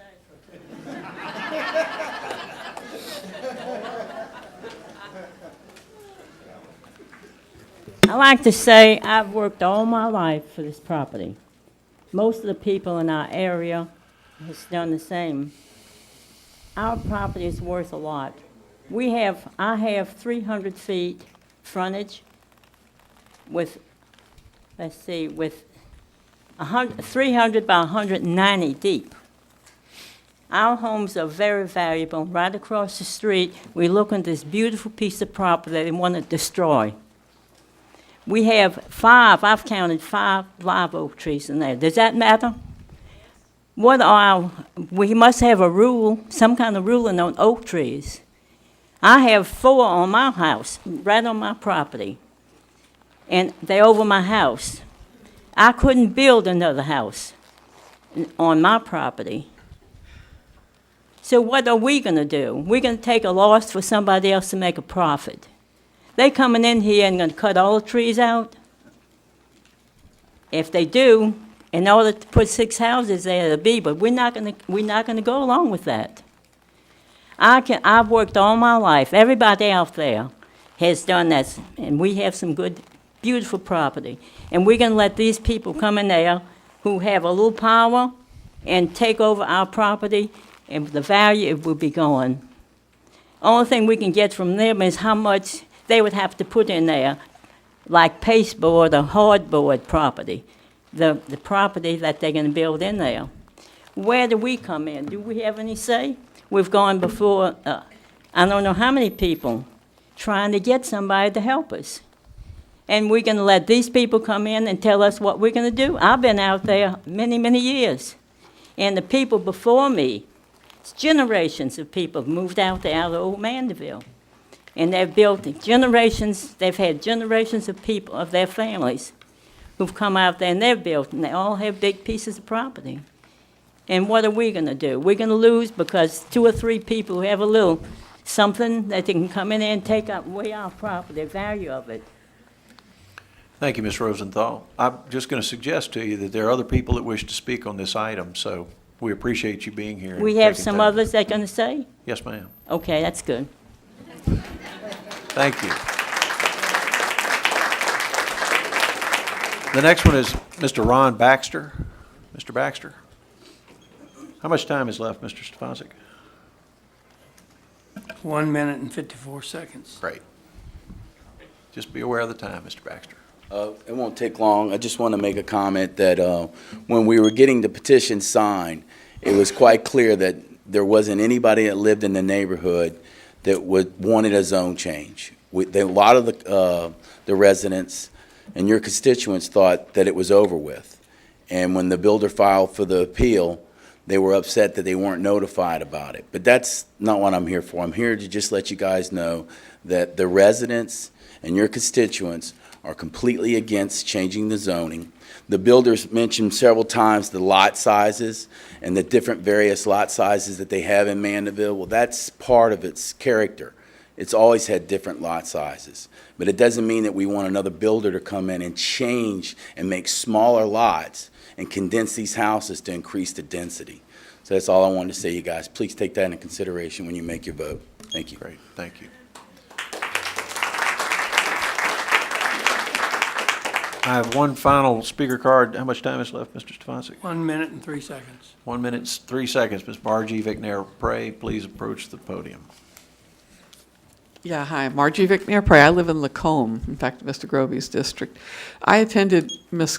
Bryan's meeting in Mandeville for fracking-related interests, so I was there for a totally different reason. But when I was there, the room was packed with people who were from Mandeville, who lived in that area, and every single one of them opposed very strongly having redevelopment done and having this lot mowed down and 6 houses crushed onto it. And as they have said, and I say this as a resident of St. Tammany, and I've been here most of my life, people come here because it's beautiful. There are lots of trees, and it's beautiful and green, and it doesn't look like Veterans Boulevard. We don't want it to become that, and yet more and more, it looks like anyone who wants a zoning change and anyone who wants trees cut down and wants to put cement down and build something else is allowed to do so. And I think as representatives of the people, which is what you all are elected to be, you need to look at yourselves and understand that this is why people move here, because it is beautiful and because it is special and it's different. And please remember that when you vote. Thank you, Ms. Vicnair-Prey. All right, that concludes the 5 minutes that we've allocated for the opponents to the appellant, the appeal. So we'll go back to the appellant. Mr. Billiot, be reminded you have 2 minutes for rebuttal. Thank you, thank you. Well, I've listened to them and to the people. I think they have some relative comments. I mean, Mr. King lives, if I could be wrong here, lives on a 50-foot lot. He might own the lot next to him, but he's not built on it, which means he could sell that lot to anybody he wants. Ms. Rosenthal, I've known her for years. I respect her opinion, and I'm willing to keep all of these people in the loop as the builder, so it doesn't wind up like they're talking about. It's not a density issue. I keep hearing density, but it's not a density issue. It's 6 lots. It's 1.5 acres. I'm not quite sure where to go with it from here. It's if I refer to the map, I mean, there's just tiny lots everywhere around this site. And I'd be willing to bet you that the vast majority of the people who signed that petition live on tiny lots, on 50-foot lots. So thank you. Thank you, Mr. Billiot. All right, we'll have 2 more minutes for rebuttal to Mr. King. Mr. King, please. You have 2 minutes. Ladies and gentlemen, my name is Gilbert King again, and my property touches this proposed property for 256 feet.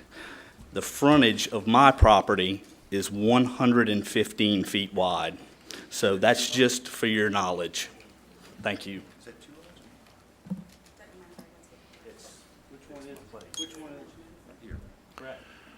Mr. King, which lot is yours? Do you know the number?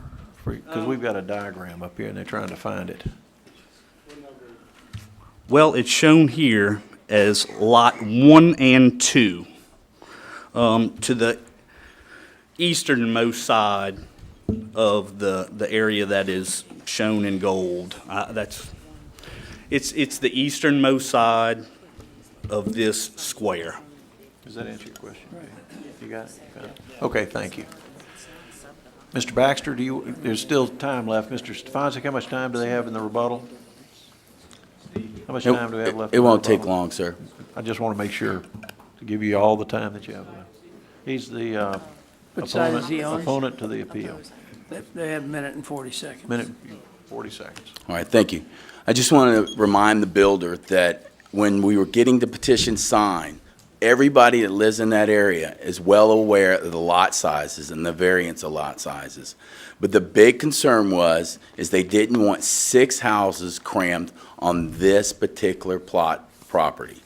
4 is what's okay. The zoning board agreed to that, and that's what it should stay at, just 4. He can build 4 beautiful homes there, and he can keep the neighborhood at looking just the way it is. But if he crams 6, then he's not doing anything but telling everybody else that comes in behind him that you can build these little lots and you can put in these small houses that can possibly devalue our home. Now, he's insisted that he's not going to do that, and we'll have to take him on his word.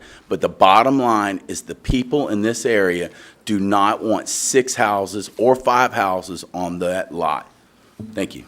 Thank you, Mr. Baxter. How much time is remaining then for the opponents? 44 seconds. 40. We've got about another minute. Does anyone else wish to speak? Ms. Fickner-Pray? You already learned the name.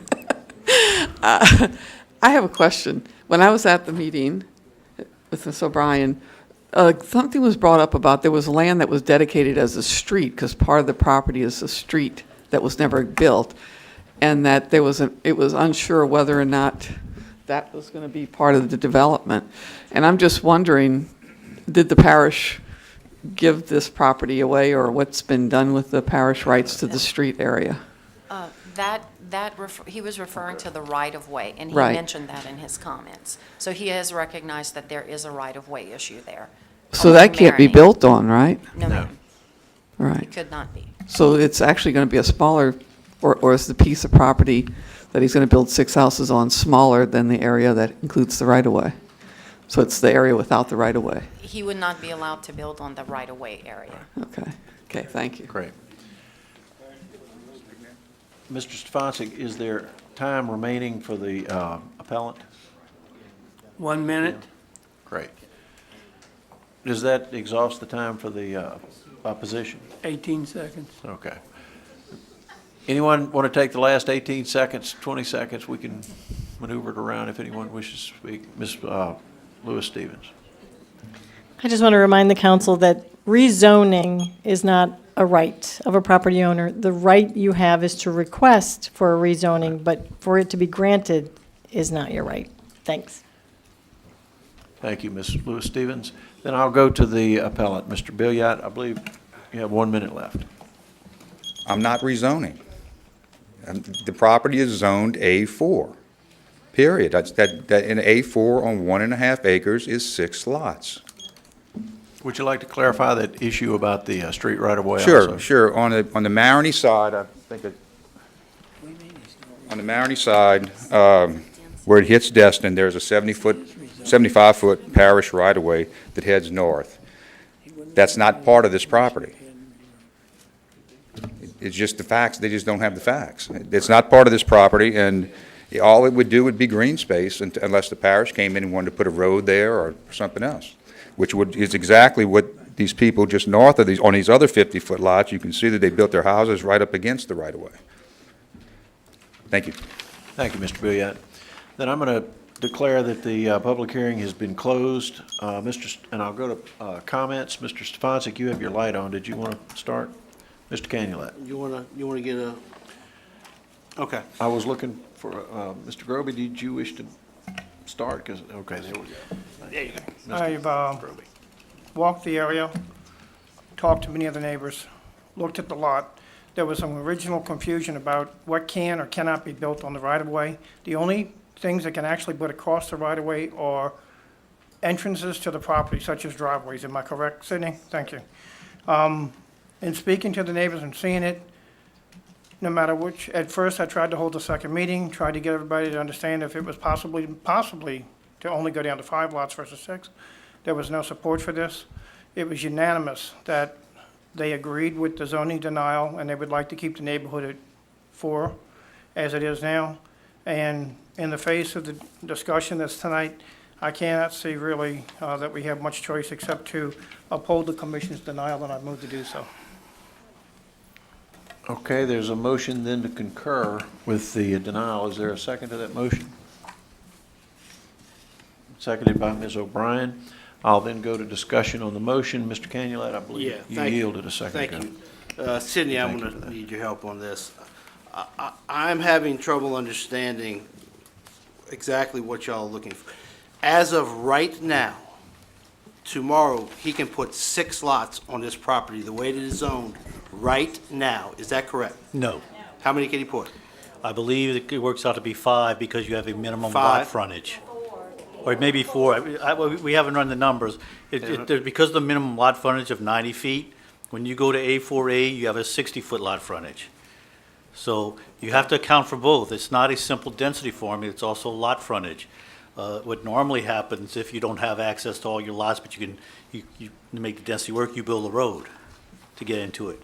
In this case, you have the grid pattern, the roads are all established, so you have to work within those frontages.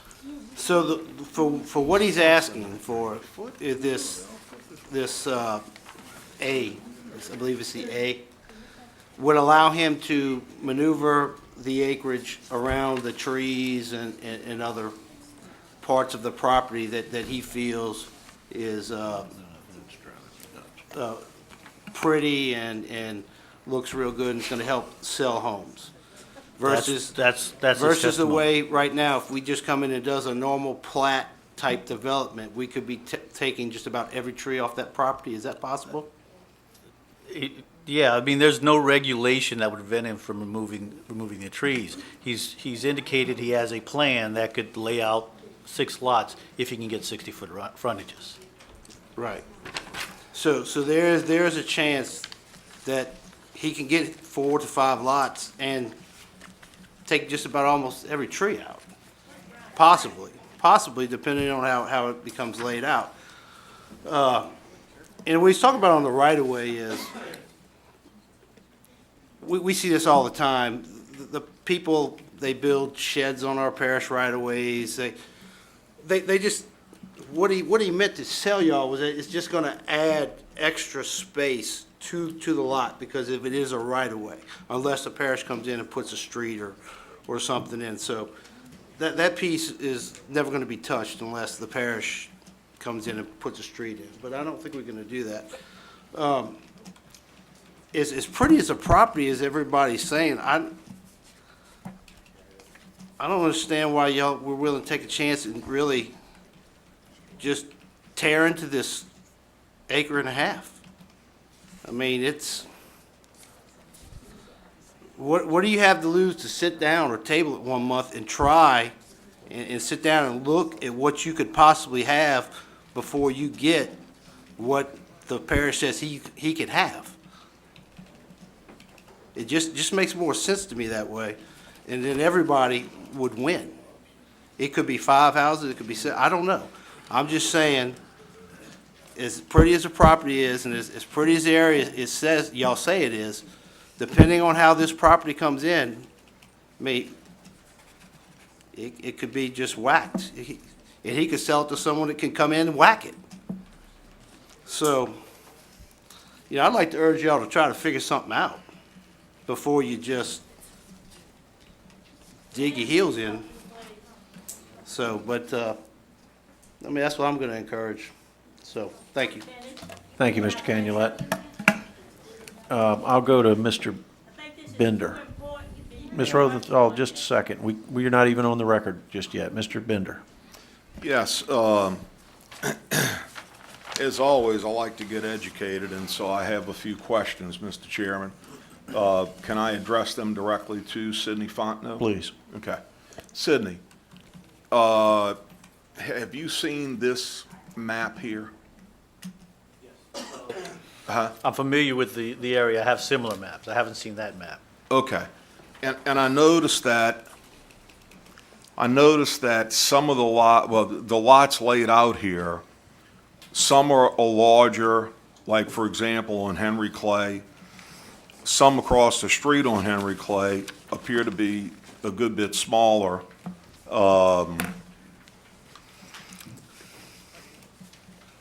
And on Destin, I'm seeing 1, 2, 3, 4, 5 small lots next to one bigger lot with a home on it, next to another bigger lot with a home on it, next to another bigger lot with a home on it, and then 1, 2, 3, 4, 5 more small lots. So here's my question with not knowing the footage of the area, okay? And how many people are combining multiple lots or one lot or whatever. Is staff recommended approval of this?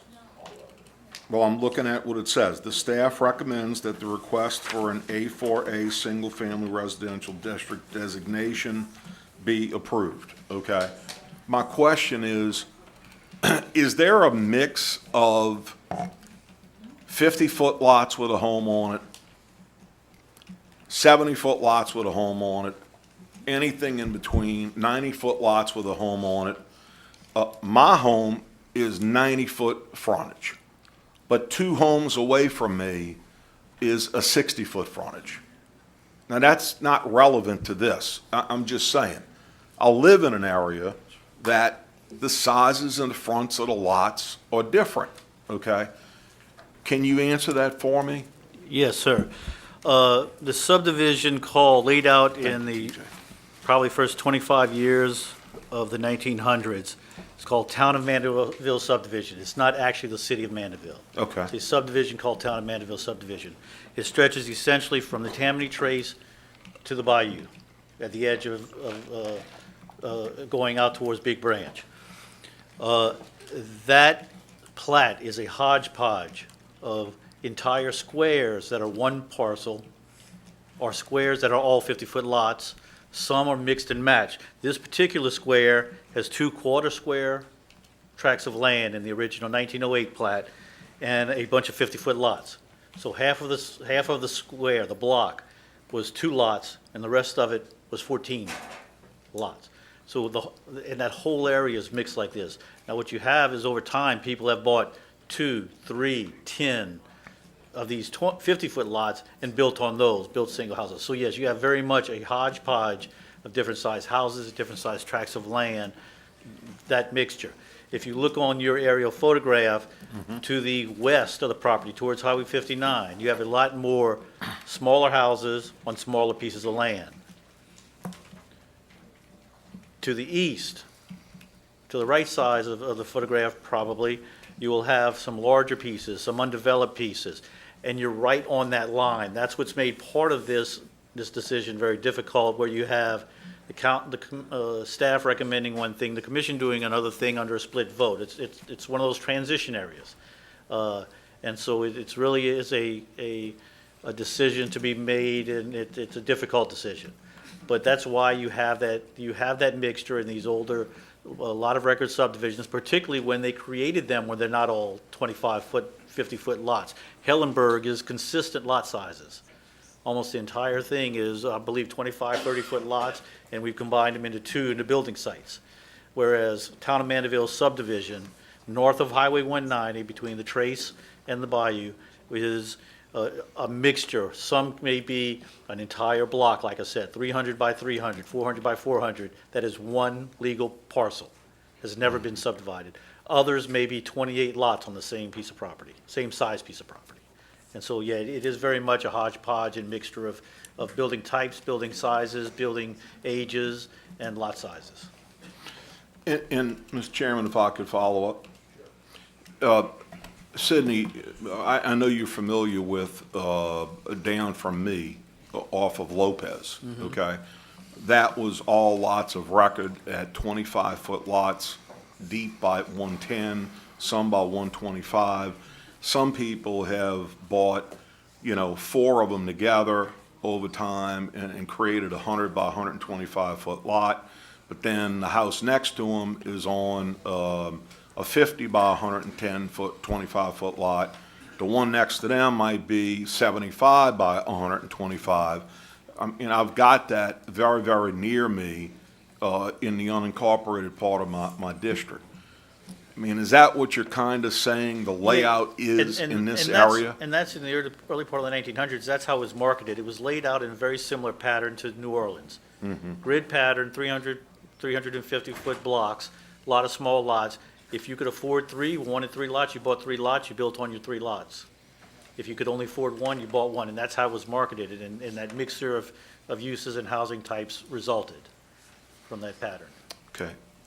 Thank you. Thank you, Mr. Chairman.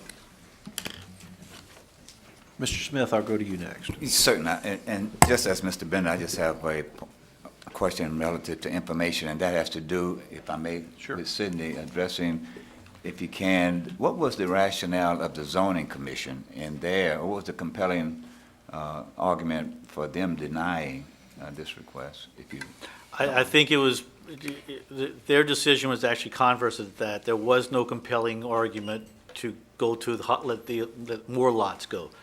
They heard the testimony and felt that going from 90-foot lots to 60-foot lots was not something that, the actual vote in the minutes is 5 to 3, because the chairman votes with the prevailing side if he doesn't actually cast a vote.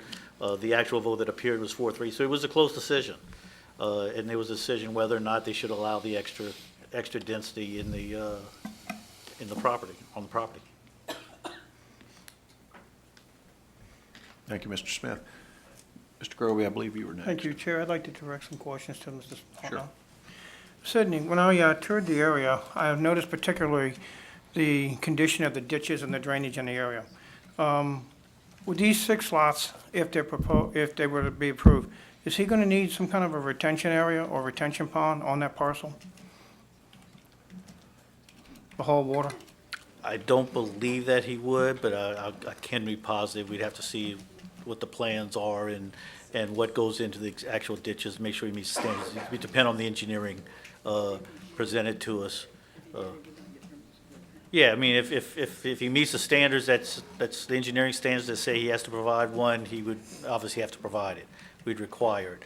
Which would make the buildable area of the lot smaller, of course, right? Oh, yes. All right. Something was pointed out to me also, if you're standing on Mariner, you're looking with the property to your back, across the street is owned commercial, I believe? Yes. Okay. Yes, the first block off of Highway 59 between Girard and Marigny is zone commercial. If it's similar to on the other side of 59, when we had the issue with the residences on the back side of those blocks and being able to occupy them as residences. Right.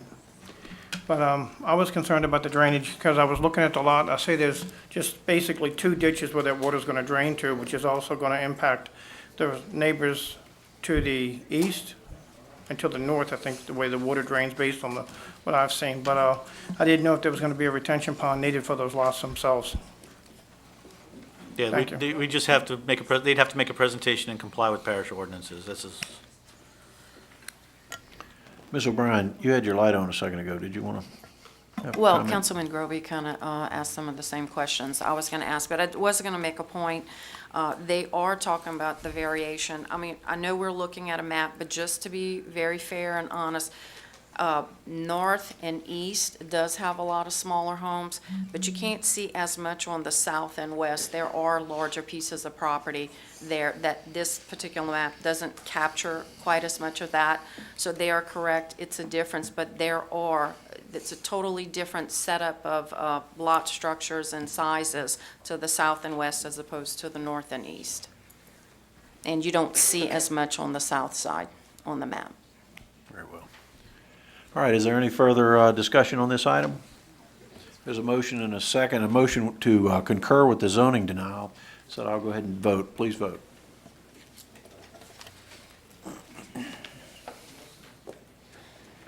To concur. Motion to concur. That's the same as a no vote.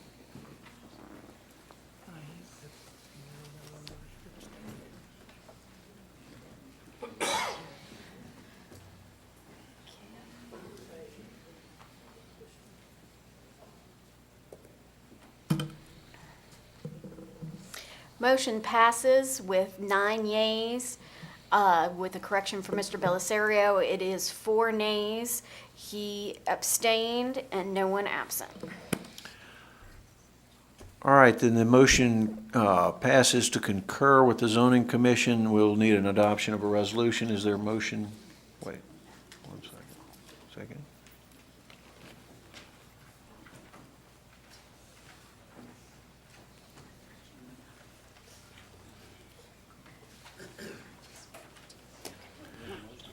Yeah, we need a motion for a resolution. Jake, so moved, seconded by Mr. Canulet. Please vote on the resolution.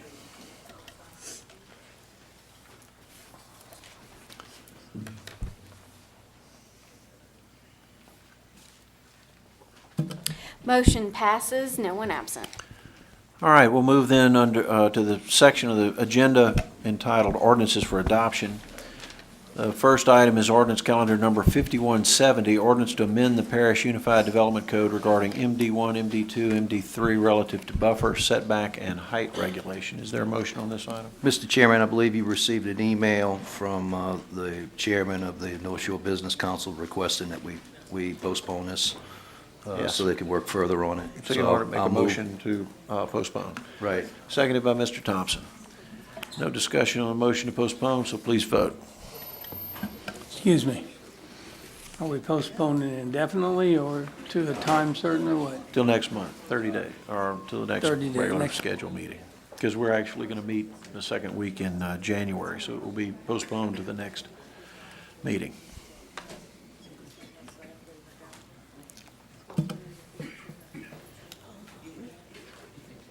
Mr. Bender, Mr. Artigue. Motion is unanimous, 2 absent. Item number 2, ordinance calendar number 5172, ordinance to amend and reenact section 3-164, location restrictions of the alcoholic beverage regulations under Article 7, all wards. I have one comment card, so I'd like to get a motion. Mr. Gould, could you move your tablet right there so I can see when your Oh, light's I'm sorry. on? Thank you.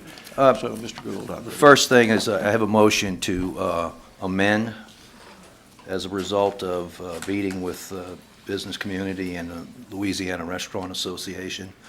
And I believe everyone should have a copy of this amendment. Okay, there's a motion then to amend the ordinance. Well, as a point of reference, do I make a motion to adopt first and then amend? Yeah, we need to get a motion on the Okay, floor. I to apologize. adopt. Motion to adopt. Great. Seconded by?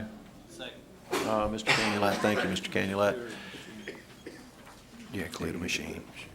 Thank you. Okay, now we can move to a motion to amend. Okay, so moved, and I believe you have this. There's a representative of the Louisiana Restaurant Association here, Mr. Stan Harris. But if Mr. Harris could come to the podium and... Stand by, Mr. Harris. I just needed a second to Mr. Okay, seconded by Sorry. Mr. Thompson. Thank you. All right, Mr. Harris, we're going to talk about the amendment here. I'm going to just mention I'm the president and CEO of the Restaurant Association here for Louisiana, St. Tammany Parish resident. We have appreciated what Councilmember Gould and the other council members meeting with us to talk about this, to try to put forth a piece of zoning ordinance that is reasonable and also addresses the concerns that he had when he originally brought this. And we hope that you'll consider the favorable approval of this. Thank you. Thank you, Mr. Harris. Any further discussion on the amendment? Any further discussion on the amendment? None appearing, then please vote. Oh. I didn't see your light come on, Mr. Stefancic. Stand by, everyone. Mr. Stefancic, did you wish to address the amendment? Yes, I do. I've been reading through the amendment since we were handed this earlier this evening. I'm really still trying to understand it, and I asked Mr. Gould if he would postpone this. I don't know whether he's going to do that or not after this, whether this amendment goes through or not. But if and I would say this, if this amendment goes through, I don't think we can adopt this tonight. For several reasons. One, we made some major changes to it, but number two, there's a segment in here that says in order to get one of these things, you have several ways of approving, and one of them is approval of an entertainment overlay zoning designation, which we introduced tonight. There's no entertainment overlay zoning classification that we have, so I wouldn't know how you do it. And then secondly, I've been trying to understand how this would work. I read it says up in the first paragraph, it says, in undeveloped rural areas, the distance shall be measured in a straight line from the nearest point to the nearest point of the respective premises and such as that. So it's a straight line from wherever it is. Now, and then in the next paragraph, it says, for purposes of determining the provisions under this segment, it's only those places that are north of the urban growth line. And so that says everything south of I-90 and wherever the urban growth line runs wouldn't fit into that part of it. I would assume it wouldn't. And then thirdly, I think that somewhere in that last paragraph, they're trying to figure out how you get into the urban rural areas that are not in the northern part of the parish. And of course, that's where most of mine fits, or half of mine fits in my district, and I'm concerned about the way the different measurements and what we're doing. Now, I would like to, I don't mind the amendment going in, but I would like to ask Mr. Gould to postpone this for a month to give us time to understand it. And, Sure. And figure out what we do on the part about obtaining a entertainment overlay. Okay, I'll answer that question about the entertainment overlay. This ordinance would not take effect until June 1st, 2015. That's on the second page under C. Okay. So we're leaving 6 months of lag time to develop that other ordinance. What we had discussed with the group that we got together was that we would monitor the motion of that ordinance, and if it appeared that it was not going to be ready by then we would introduce an ordinance to delay this one. Yeah, can I respond again, Mr. Chairman? Certainly. Sure. This ordinance will be adopted effective 15 days after adoption. That's what it says on the effective date. I understand that you're saying it won't apply to any property that was zoned by June 15th, or June the 1st, 2015, but this ordinance would take effect 15 days after we adopt it. If we adopt it tonight, that means that it would be effective December 19th, if it's signed that way. That's what it says. I think that needs to be changed as well. Yeah, we may have to You know, address I that really language. do. I missed that one, Steve. I'm glad you spoke up. So, But that's the intent, is that this would not go into effect until June and I June understand of that, but that ain't what 2015. it says, so. Yeah, I agree with you. I agree with you. So Terry, that's something we're going to have to work on. I have no problem with tabling the final vote, but I do want to get these amendments in. These were things that we worked out between the Restaurant Association, North Shore Business Council, and even some people from the Chamber. Those were the people who had expressed concern. So my motion is to amend, Thank you, and I Mr. think I Gould. have a second. Yeah, we've got a motion to amend and a second. Is there any further discussion on the amendment? None appearing, then let's vote. Thank you. No public comment? Did you submit a card, Ms. Stevens? I apologize. No, I didn't expect this, and since I spoke on the earlier issue on the entertainment district, Well, I tell you what, if you want to fill out a card for the actual vote on the ordinance itself, please do so. I'll take the vote on the amendment, to introduce the amendment. Get it on the table. Please vote. Motion is unanimous, no one absent. All right, now we have the amended ordinance Motion on the to floor. postpone till next month. Motion to postpone? Okay, there's a motion and a second. Ms. Stevens, stand by, because there's no debate on a motion to postpone, so we're going to postpone it. Yes, We can there is. be sure and give Ms. Mr. Stevens a Chairman. copy of the, Mr. Chairman, yes, I hate to parliamentarian. correct you, but there is a motion to postpone is debatable. I don't care, the motion to postpone is debatable. Well, we've been doing this a long time, but I will No, yield motion to. to table is not debatable. Okay. I stand corrected. Then, Ms. Stevens, you've got time. You've got your 2 minutes. I don't think I need 2 minutes, but I heard Mr. Stefancic say earlier, and thank you, Mr. Stefancic, for offering me this opportunity to speak. I heard him say that he just got the final draft of this document this afternoon. And correct me if I'm wrong, but I think the sunshine laws require that that information be available to the public 24 hours in advance of the meeting. Is that not true? So perhaps you might need to, yes, delay this, because I think it should be published. And since there isn't anything here and it wasn't online, and in fact, I think the only copy this table had, they just gave to Sandra, maybe it would be wise to postpone. Not That's that what it's not a good thing, but since we don't know about the entertainment district, That's what we're and we trying don't to know do. about what this is containing, and the public has no idea at all, maybe that would be fair. Thank you. Mr. Chairman, I don't Yes, think we need Mr. to Gould. give 24-hour notice to make an amendment even off the floor. Right. Now, if it was an ordinance for introduction, I believe it would be different. But under these circumstances, it is a valid movement. Thank you, Mr. Gould. It's a motion to postpone. So is there any then further discussion? Does anyone else in the public wish to speak on this item? All right, then please vote. Motion is to postpone. To postpone.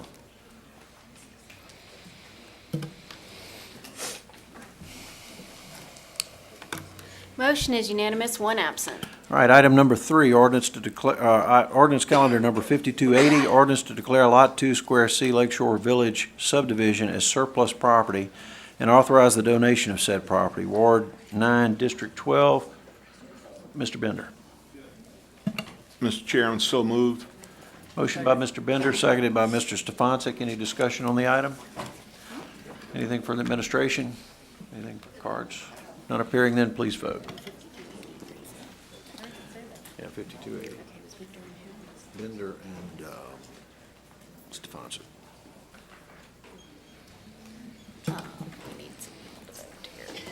Mr. Dean, Mr. Sharp, Mr. Thompson.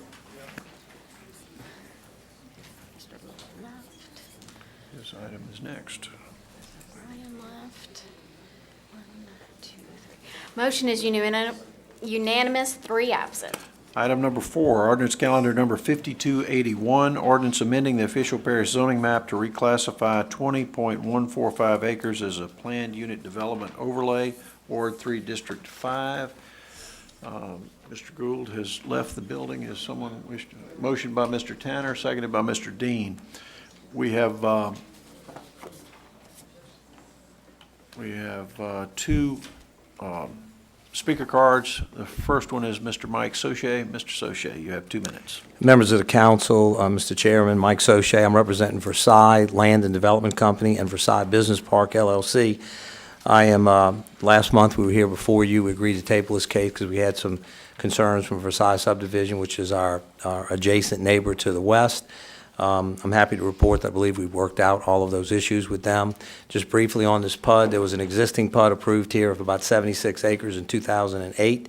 Since that time, we were able to put an assemblage together of some very difficult pieces of property that were landlocked and some other things to include to this PUD so that those lands can now be put in commerce. Those lands were landlocked and sandwiched between Holiday Square Shopping Center and the original PUD that was approved. We've also been able to come up with a better road design plan where the original PUD had a sort of a road to nowhere. It was a dead-end road that looped in and out. We will now be constructing a road that will tie in from the extension of Holiday Square Boulevard into Holiday Boulevard. In addition to that, we'll be donating right-of-way that will allow for the future connection of Holiday Boulevard to Three Rivers Road, which is a huge traffic goal of the parish, Ms. Brister's administration, as well as Mr. Davis's administration, when we developed the original extension where Honda Covington is located, the Global Star Building is located. So It's been about 18 months for us to get here. We worked about a year on the assemblage and about 6 months on the plans for the project, which were approved by the Planning Commission last month, the subdivision plans. During that time, we built a coalition with our adjacent commercial and residential property owners, and for the record, I would like to just there's some memorandums and some letters of recommendation from some of our property owners. And that coalition is very important because our ultimate goal here is to redevelop this entire corner. There's a lot of, the movie tavern, if y'all been to the new movie tavern, that's a very nice redevelopment of a building that sat for a long period of time. Well, this project will be the impetus, in our opinion, of a redevelopment of that entire corner, which is obviously one of the most important corners in St. Tammany Parish. So with that being said, I'd like to thank Mr. Gould for his assistance in getting us with the neighbors, and Mr. Fontenot and his planning department who worked on this, as well as Eddie Smith in engineering, and ask for your approval of this case. Thank you, Mr. Saucier. The next person that wishes to speak is Mr. Alvin LeBlanc. You have 2 minutes, Mr. LeBlanc. Thank you. Good evening. Alvin LeBlanc. I'm here on behalf of the Versailles Property Owners Association. Actually, I'm here on behalf of the board of directors. The board itself couldn't be here tonight. Several members had conflicts in their schedule. I'm actually just a resident of the neighborhood, and so they asked me to appear. I did participate with Mr. Saucier and the other members of the neighborhood, and Mr. Gould also, in quite a number of meetings and going through all the plans.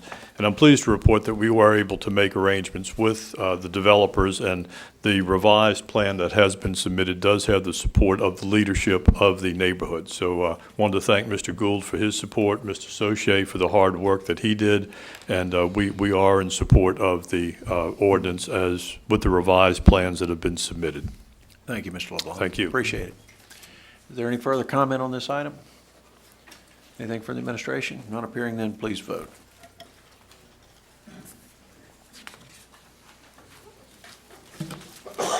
Motion is unanimous, 1 absent. Item number 5, ordinance calendar number 5296, ordinance establishing a no-through trucks zone on Marigold Drive, North Azalea Drive, and Zinnia Drive, Ward 1, District 1. Mr. Dean. Motion by Mr. Dean, seconded by Mr. Thompson. Any discussion on the item? Anything from the public? All right, not appearing, then please vote.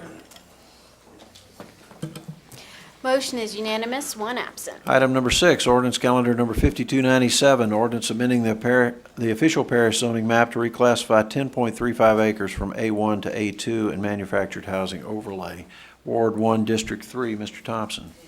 Motion by Mr. Thompson, seconded by Mr. Sharp. Any further discussion on the item? Anything from the administration? Not appearing, then please vote.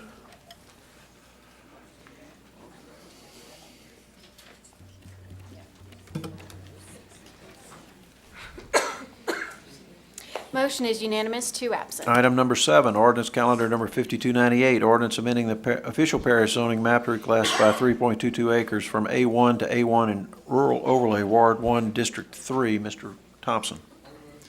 Motion by Mr. Thompson, seconded by Mr. Sharp. Is there any further discussion on the item? Nothing from the administration. None appearing, then please vote.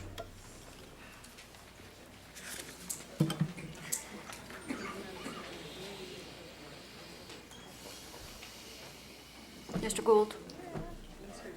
Motion is unanimous, 2 absent. Item number 8, ordinance calendar number 5299, ordinance amending the official parish zoning map to reclassify 3.457 acres from A1 manufactured housing overlay and rural overlay to A2 manufactured housing overlay and rural overlay, Ward 2, District 6. Mr. Tanner. Motion by Mr. Tanner, seconded by Mr. Thompson. Any further discussion on the item? None appearing, then please vote. Motion is unanimous, 2 absent. Item number 9, ordinance calendar number 5300, ordinance amending the official parish zoning map to reclassify 3.37 acres from A1 to A1A, Ward 2, District 3. Mr. Thompson. Motion by Mr. Thompson, seconded by Mr. Gould. Any further discussion on the item? None appearing, then please vote.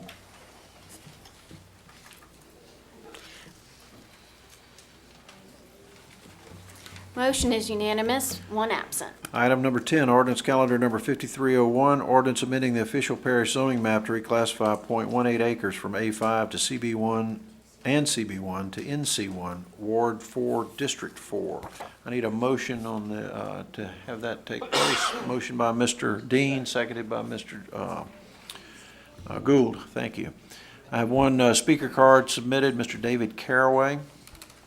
I was just here to answer any questions and to thank Mr. Falconer, the rep, and to thank the zoning commission for making this so easy. I'm just assisting the owner who's ill in doing this, and Great.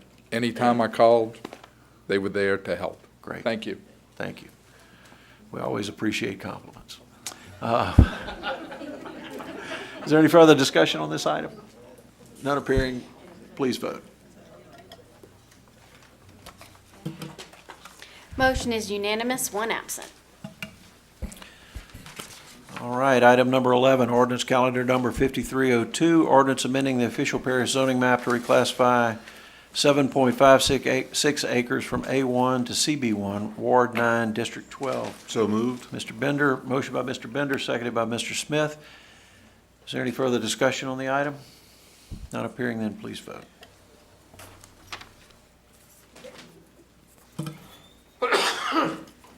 Motion is unanimous, one absent. Item number 12, ordinance calendar number 5303, ordinance amending the official parish zoning map to reclassify 1.1 acres from A1 to rural overlay and rural overlay to PF1 and rural overlay.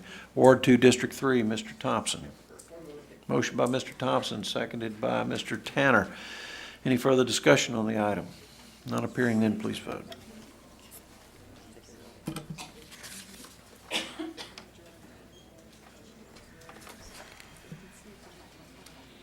Motion is unanimous, one absent. Item 13, ordinance calendar number 5304, ordinance to amend the code, chapter 16, relative to the speed limit on the Tammany Trace. I need a motion to get this on the floor. Motion by Mr. Stefanczyk. You have your light on. Did you wish to make that motion? Can I get a motion? Mr. Dean, seconded by Mr. Gould. All right, is there any discussion on this item, Mr. Stefanczyk? That's why my light's on. Great. I want to ask the staff, because I'm a little concerned. Most people riding bicycles on the trace, especially if they're really trying to do a workout, run at the 20 mile an hour, 21, 22 mile an hour thing, especially if they're trying to get ready for races and stuff like that. And to me, that's part of what we built the trace for, was things like that. So the question that I have is that a problem in certain areas or over the entire trace? I mean, there's a piece from Slidell to Lacombe that somebody could run at 50 mile an hour and nobody would get in the way. I mean, not, you know, you don't ride bicycles that fast, but I'm serious that a lot of people go out there to practice, and they park at Thompson Road and they ride that at a higher speed because they're practicing for races. And I don't have a problem doing it in certain areas and maybe post in those areas that the speed limit has to slow down. But I don't see that over the whole trace. I think that needs to be looked at a little differently. And then second, how are we going to enforce this? Well, we enforce. Our golf carts won't go 15 mile an hour, you know that. We enforce all our regulations on the trace, so this one would be enforced just as every other one would be. But that part, I take your point, but how do you choose those areas that you won't have a family riding with kids? And I don't know how to choose those sections to make a faster or slower speed limit. It is dangerous when there are families riding along there talking and laughing, and someone's going, as you say, 25 miles an hour or so. It does get dangerous. So it's just a safety issue that we've talked about, and we think that's what we need to do. I understand what you're saying, that it is a place that they practice for these races, but there's an inherent danger when there are other, and I think more about families than just other single bikers, but it's just the recommendation. Kelly, do you have anything?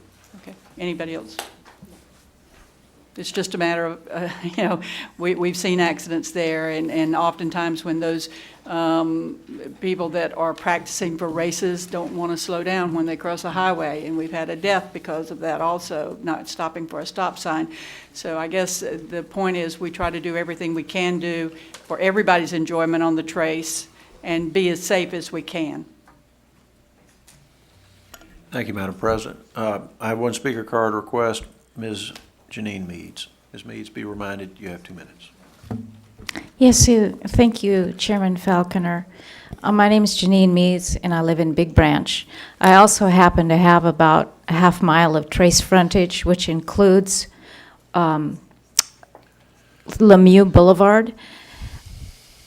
And it's in the middle of that area that Mr. Stefancic was talking about, where people get cranked up pretty good. Recently, stop signs were put on the street, and I know it was because of the accident that Ms. Brister was talking about. The problem I see, and because I see it all the time, I have so much frontage, and then the bicyclists come down Lemieux, which goes on my property as well. They are practicing.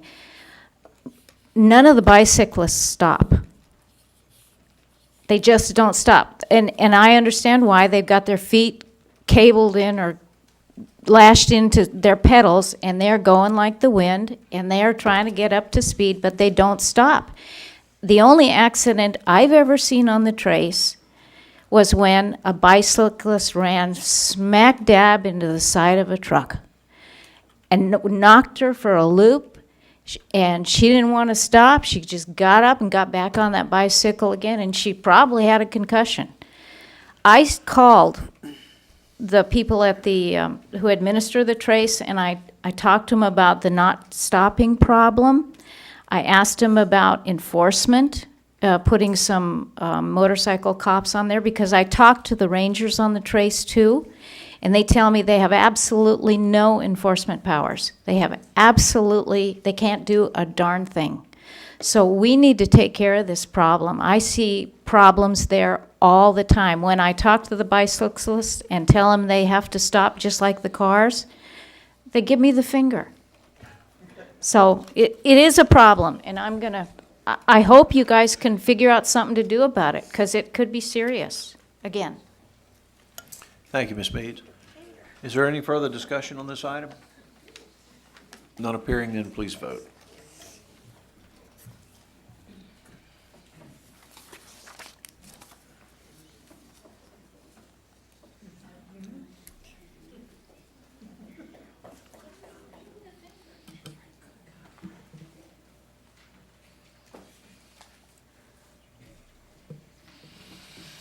Motion passes 11 yeas, 2 nays, 1 absent.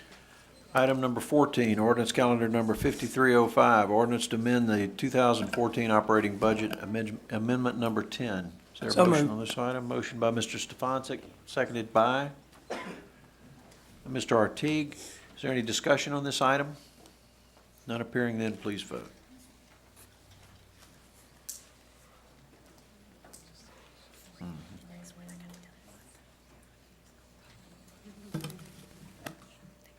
Motion is unanimous, 2 absent.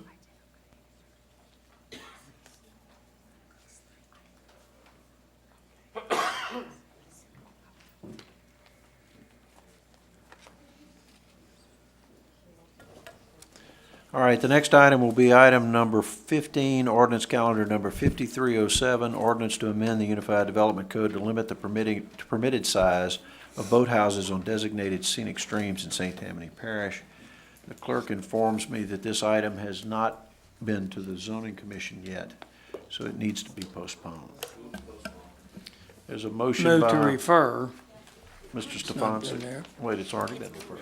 It's been referred. Was it referred last month, or Yes. did we just, okay. I think I heard Just didn't get on there. Mr. Artigue made the motion to postpone, seconded by Mr. Smith. I have one speaker card from Ms. Jean Stangl. Ms. Stangl, do you wish to speak on the postponement? I do not need to. Great. You'll be hearing it again. Thank you so much. All right, then, is there any further discussion on the motion to postpone? Not appearing, then please vote.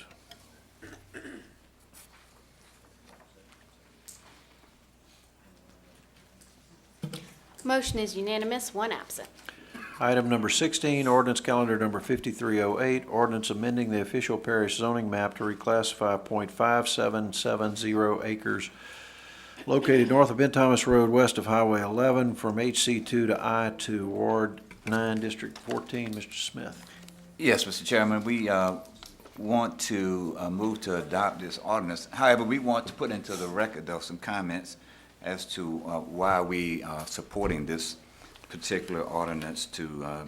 Mr. Smith, can I interrupt you? Just Sure. before you do that, could I get a second on the motion? Mr. Ortiz, perhaps? Thank you. Okay, please proceed, Mr. Smith. Sure.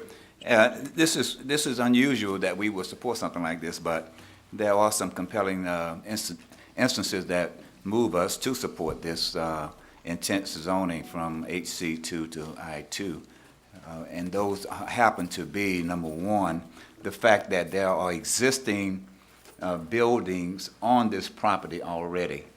And prior to the new owner, the use that was there then will be the same use that's being proposed for this zoning now. During the Unified Development Code process, it was downzoned. So with that being said, there's another property next door to it that we made the same exception for with the same type of situation. There was an existing building on the property already. But we want the record to reflect that we do not, because we have a revitalization plan in the process now with staff and the community to revitalize that entire community and that corridor coming off of Highway 11 and I-12, so that we will be addressing comprehensively the zoning and some other infrastructure factors in that area moving forward. So we just wanted to make sure that that is in the record as to why we are supporting this now, but there will and could possibly be some other zoning requests similar to this, but if they don't have those compelling reasons, we will not be able to support them. So we move on the ordinance. Great. Thank you, Mr. Smith. Is there any further discussion on this item? Not appearing, then please vote.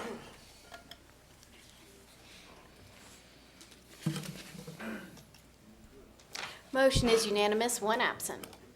Item number 17, ordinance calendar number 5309, ordinance to authorize the execution of a contract agreement with Acadian Ambulance Service. Mr. So moved. Motion by Mr. Stefancic, seconded by Mr. Belisario. Is there any further discussion on that? Mr. Chairman, I Mr. wanted Stefancic. to take a couple of minutes here. First of all, to talk a little bit about the contract. We've worked a long time, and I'm going to ask Dwayne Mesh from Acadian and Chief Kaufman from the representing all the fire chiefs to come up to the podium, because they've all had a part to do with this. We've worked on this for a long period of time. There was, in the beginning of this, there was a lot of contention on how things were going in the parish and what we were trying to do.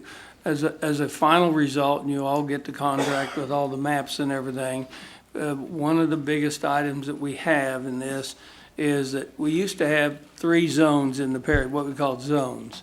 A 20-minute zone, and it covered about a third to a half the parish. A 15-minute zone and an 8-minute zone. And we've always tried to get those times down lower and lower and lower. And you're having a heart attack, 5 minutes is a long time, 10 minutes is really a long time. And, when we had 20 minutes, it was really bad news. I mean, it was not just a long time, but it was not a good situation. Well, we now have a map that will come out to all you guys, everyone. We've redefined the eight-minute time frames, and the rest of the parish now is 15 minutes. There is no 20-minute zone anywhere in the parish. So we worked that with the fire districts, and Chief Kaufman and many of the firemen participated with Acadian. And we had, at the last meeting, we had all the mayors involved to make sure that they were, they were invited, and the administration worked with us on this. So I think I would just like for these two guys to say a couple words about it, because I think it's something we need to do, and the contract will be signed and effective January 1st for a 4-year contract with 2 possible renewals. Thank you, Mr. Steve. Please state your name for the Mr. Chairman. record so the clerk will have it in the... Dwayne Mesh, 318 Cherokee Rose Lane, Covington. Thank you, Dwayne. First of all, I'd like to commend Mr. Stefancic for bringing a number of agencies together with us to work through this process. This process was probably the smoothest that we've been through, and no doubt for that reason that we didn't only deal with the QAP panel. We had a lot of other agencies, including our fellow firemen here, that helped us to work through the process and have some of those other QAP people understand what it was that we were trying to provide and just kind of tweak the system. And I think it's a much better system than what we had. I think it also gave the opportunity to those agencies to understand what we were trying to provide and some of the hardships or things, some of the hurdles, rather, that we had to challenge ourselves and the challenges that brought forth for us to meet certain obligations that we had. So anyway, it was a great process. We feel very good about the contract, and I think all parties that were involved in this process felt the same way. And I'll leave it with Chief. Thank you. Chief Kaufman, I'm going to have to ask you to give your name and address. Chairman, I will. Chris Kaufman, I'm Fire Chief, Fire District Number 1. I'm also the President of the Fire Chiefs Association here in St. Tammany Parish. I also would like to give a few compliments to Councilman Canulet and Stefancic for the initial meeting over 4 months ago. For many years, the fire chiefs wanted to be part of this process. Opening that door, Councilman Stefancic and Councilman Canulet, I think tonight is a testament of bringing people together with one common goal, and that goal was to better serve the citizens in St. Tammany Parish. We did not deviate from that vision. We challenged ourselves. The fire chiefs came together. We talked about the issues that we had in the past. We wanted to address those going forward.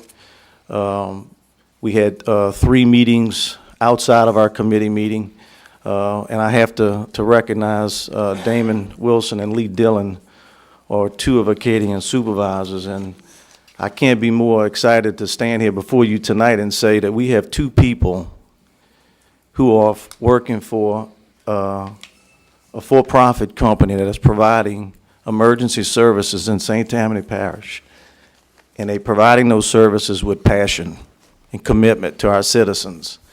I will continue to challenge them to deliver that type of service. Our citizens deserve nothing but the highest level of emergency response. We will continue to communicate, work together for that goal. Our Fire Chiefs Association is in full agreement with the changes. We couldn't be more excited. Contract has been in play for over 20 years. Obviously, we all know the population has changed. To keep up with the change has been a challenge.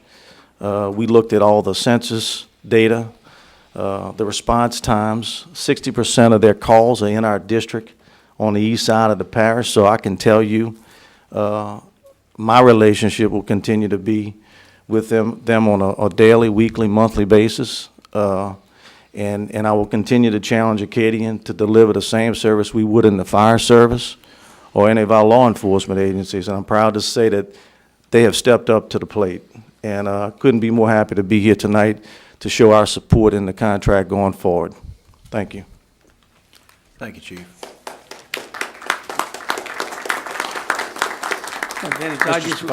I just want to thank them. Believe me, there were a lot of contentious meetings, and the reason those meetings were contentious were the passion that those people have to provide public service and health and safety for the parish. And I think that we resolved all the issues. I mean, every issue that came before us, and believe me, we had a lot of them to resolve, but we got them all resolved, and we have good definitions in the new contract. A lot of things changed the way we defined them and so on. But like I said, the biggest thing is nobody has to wait 20 minutes anymore. It's 15, and we're going to continue to try and monitor that and bring it down. And you know, one of these days, hopefully, we'll have a 4-minute response time everywhere in this parish. At least we'll try.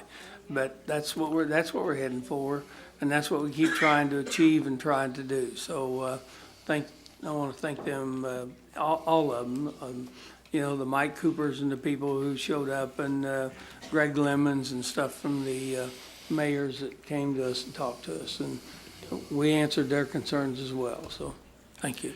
Mr. Stefancic, one other thing, Mr. Mesh mentioned the QAP, the Quality Assurance Program, a couple of times in his remarks. Could you just define that for the public and let them know how that operates?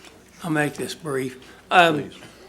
Every 3 months, we meet to review all of the data from the 911 center, and whether or not there are any exceptions to the calls and the times that were provided, but they have to meet a certain criteria, and we evaluate that criteria every 3 months. If they fail to meet that criteria, there's provisions for fines all the way up to termination of the contract. So the Quality Assurance Panel, which is myself and Chris Canulet from the council, and a member of each one of the hospital's emergency service rooms, and it's usually the emergency service director for each one of the hospitals. So we have all those people on that board. Thank you. Thank you for that clarification. So are there any further discussion items for this motion? Okay, we've got a motion and a second on the floor. Please vote.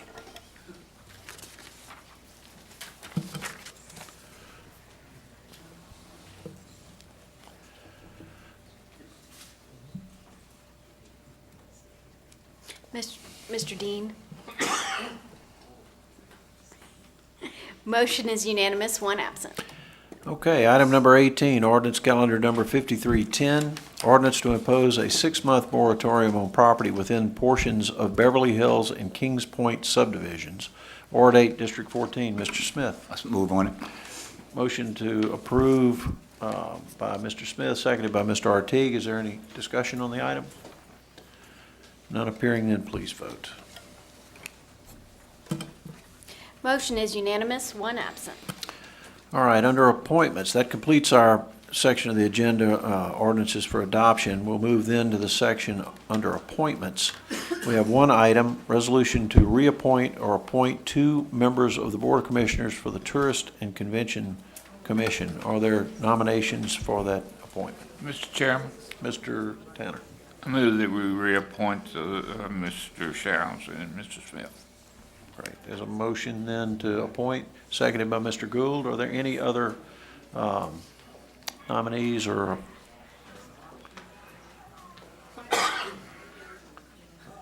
I thought somebody was calling in an appointment nomination there for a second.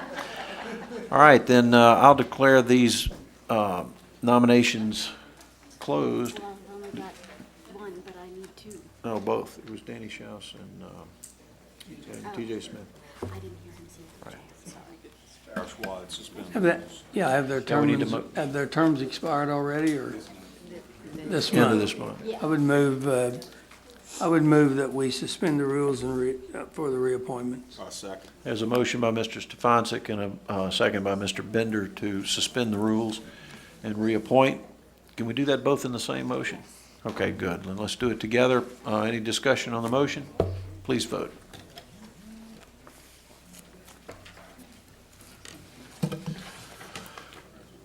Motion is unanimous, one absent. All right, I need to move then to the items off the floor. I'd like to, with the indulgence of the council, skip number 2 for right now, but go to number 3. We're going to need to reopen the items off the floor.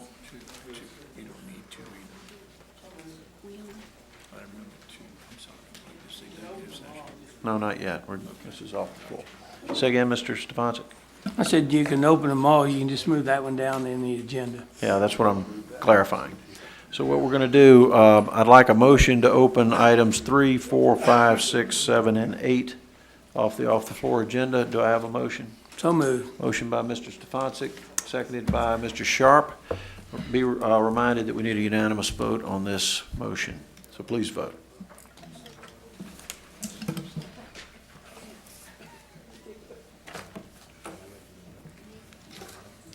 Motion is unanimous, one absent. All right, then we'll move to item number 3, emergency ordinance to impose a 30-day moratorium with a 6-day extension for boat houses or boat slips over 800 square feet on designated Louisiana scenic streams within unincorporated St. Tammany Parish. I need to introduce this one and suspend the rules and adopt it tonight. So Ms. O'Brien makes the motion and Mr. Bender seconds to introduce the item. And now we need a motion to suspend the rules and adopt. Ms. O'Brien makes the motion to suspend the rules and adopt, and Mr. Stefancic seconds. So let's vote on the motion then to suspend the rules and adopt.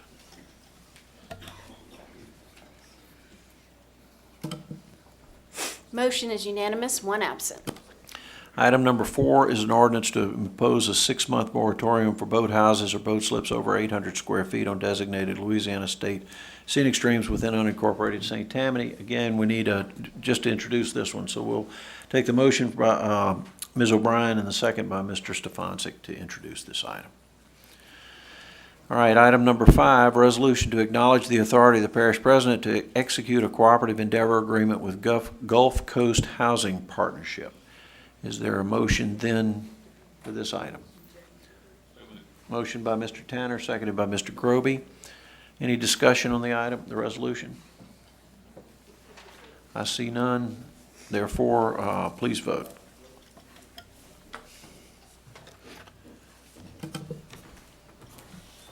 Motion is unanimous, 1 absent.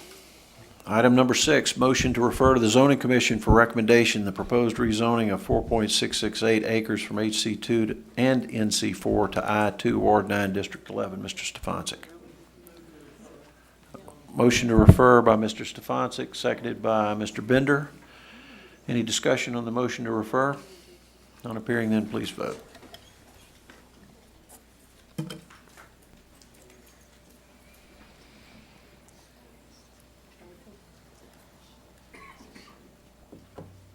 Mr. Belisario?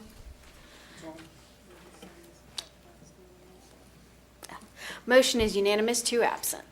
Item number 7, resolution to appoint Shelby LaSalle to replace Larry Race, term expiring as noted on the board for the Greater New Orleans Expressway Commission. Mr. Gould. Motion by Mr. Gould, seconded by Mr. Tanner. Any discussion on the motion, the resolution? None appearing, then please vote.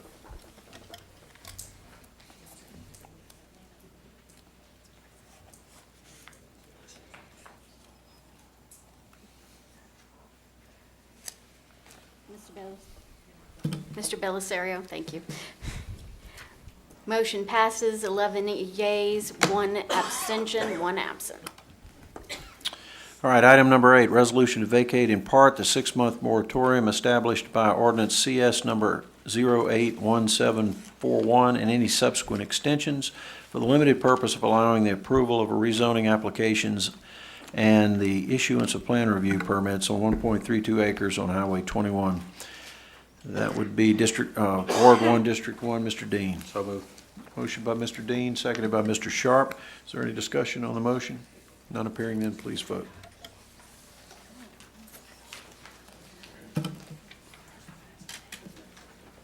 Motion is unanimous, 2 absent. All right, I need one motion to open the items off the floor for item number 2 so we can move it to the executive session. Motion by Mr. Smith, seconded by Mr. Stefancic. Be reminded we have to have a unanimous vote on this item. Please vote.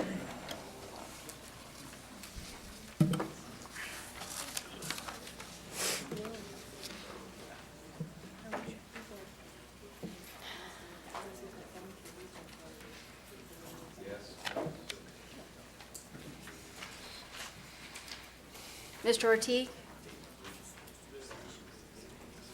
Motion is unanimous, 2 absent.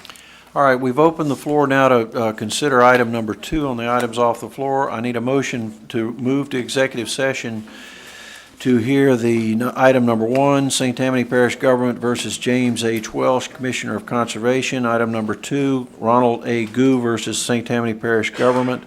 Item number 3, SEC MCDC reporting, and then this item from the off the floor agenda, item number 2, Brittany Johnson versus St. Tammany Parish. So moved. Motion by Mr. Stefancic, seconded by Mr. Smith. Please vote. And we need 10 votes, ladies and gentlemen. I have 9. I have 9, thank you, 10. Motion is unanimous, 3 absent.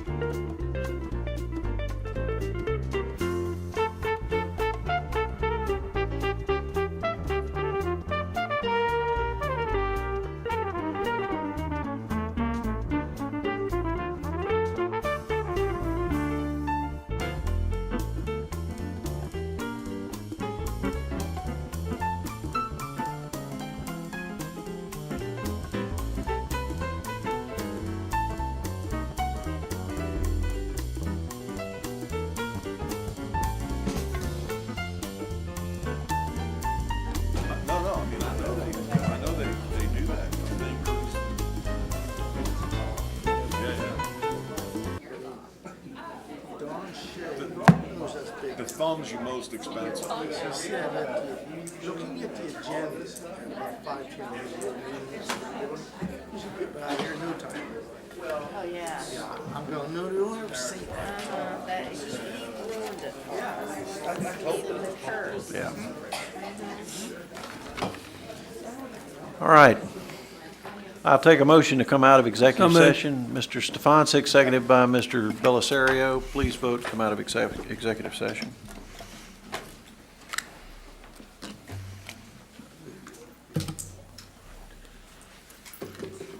Motion is unanimous, 3 absent.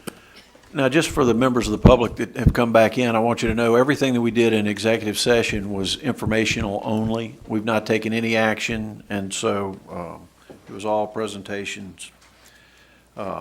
So we need to go back then. I need a motion to reconsider item 7 on the items off the floor agenda. Yes. So I moved. will move to reconsider. I voted in the affirmative. Second. Motion by Mr. Stefanczyk, seconded by Mr. Gould to reconsider item number 7. Please vote.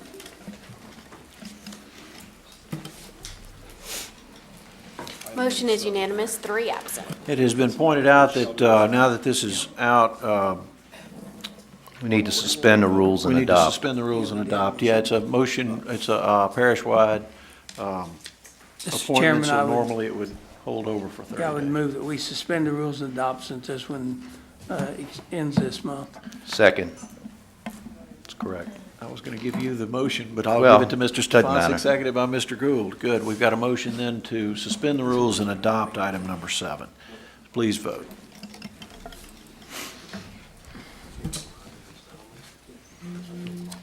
Motion passes, 10 yeas, 1 abstention, 3 absent.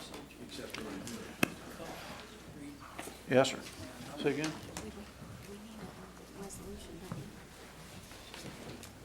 Have another motion? Yeah. Okay. Too much going on up here. Mr. Chairman, Yeah. I would move that we accept the recommendation of the district attorney in the settlement of the case of Brittany Johnson. Thank you, Mr. Stefanczyk. Seconded by Mr. Bender? Yes. Very well. All right, there's a motion then to settle the item Brittany Johnson versus St. Tammany Parish in accordance with the recommendation of the district attorney's office. Any further discussion? Not appearing then, please vote.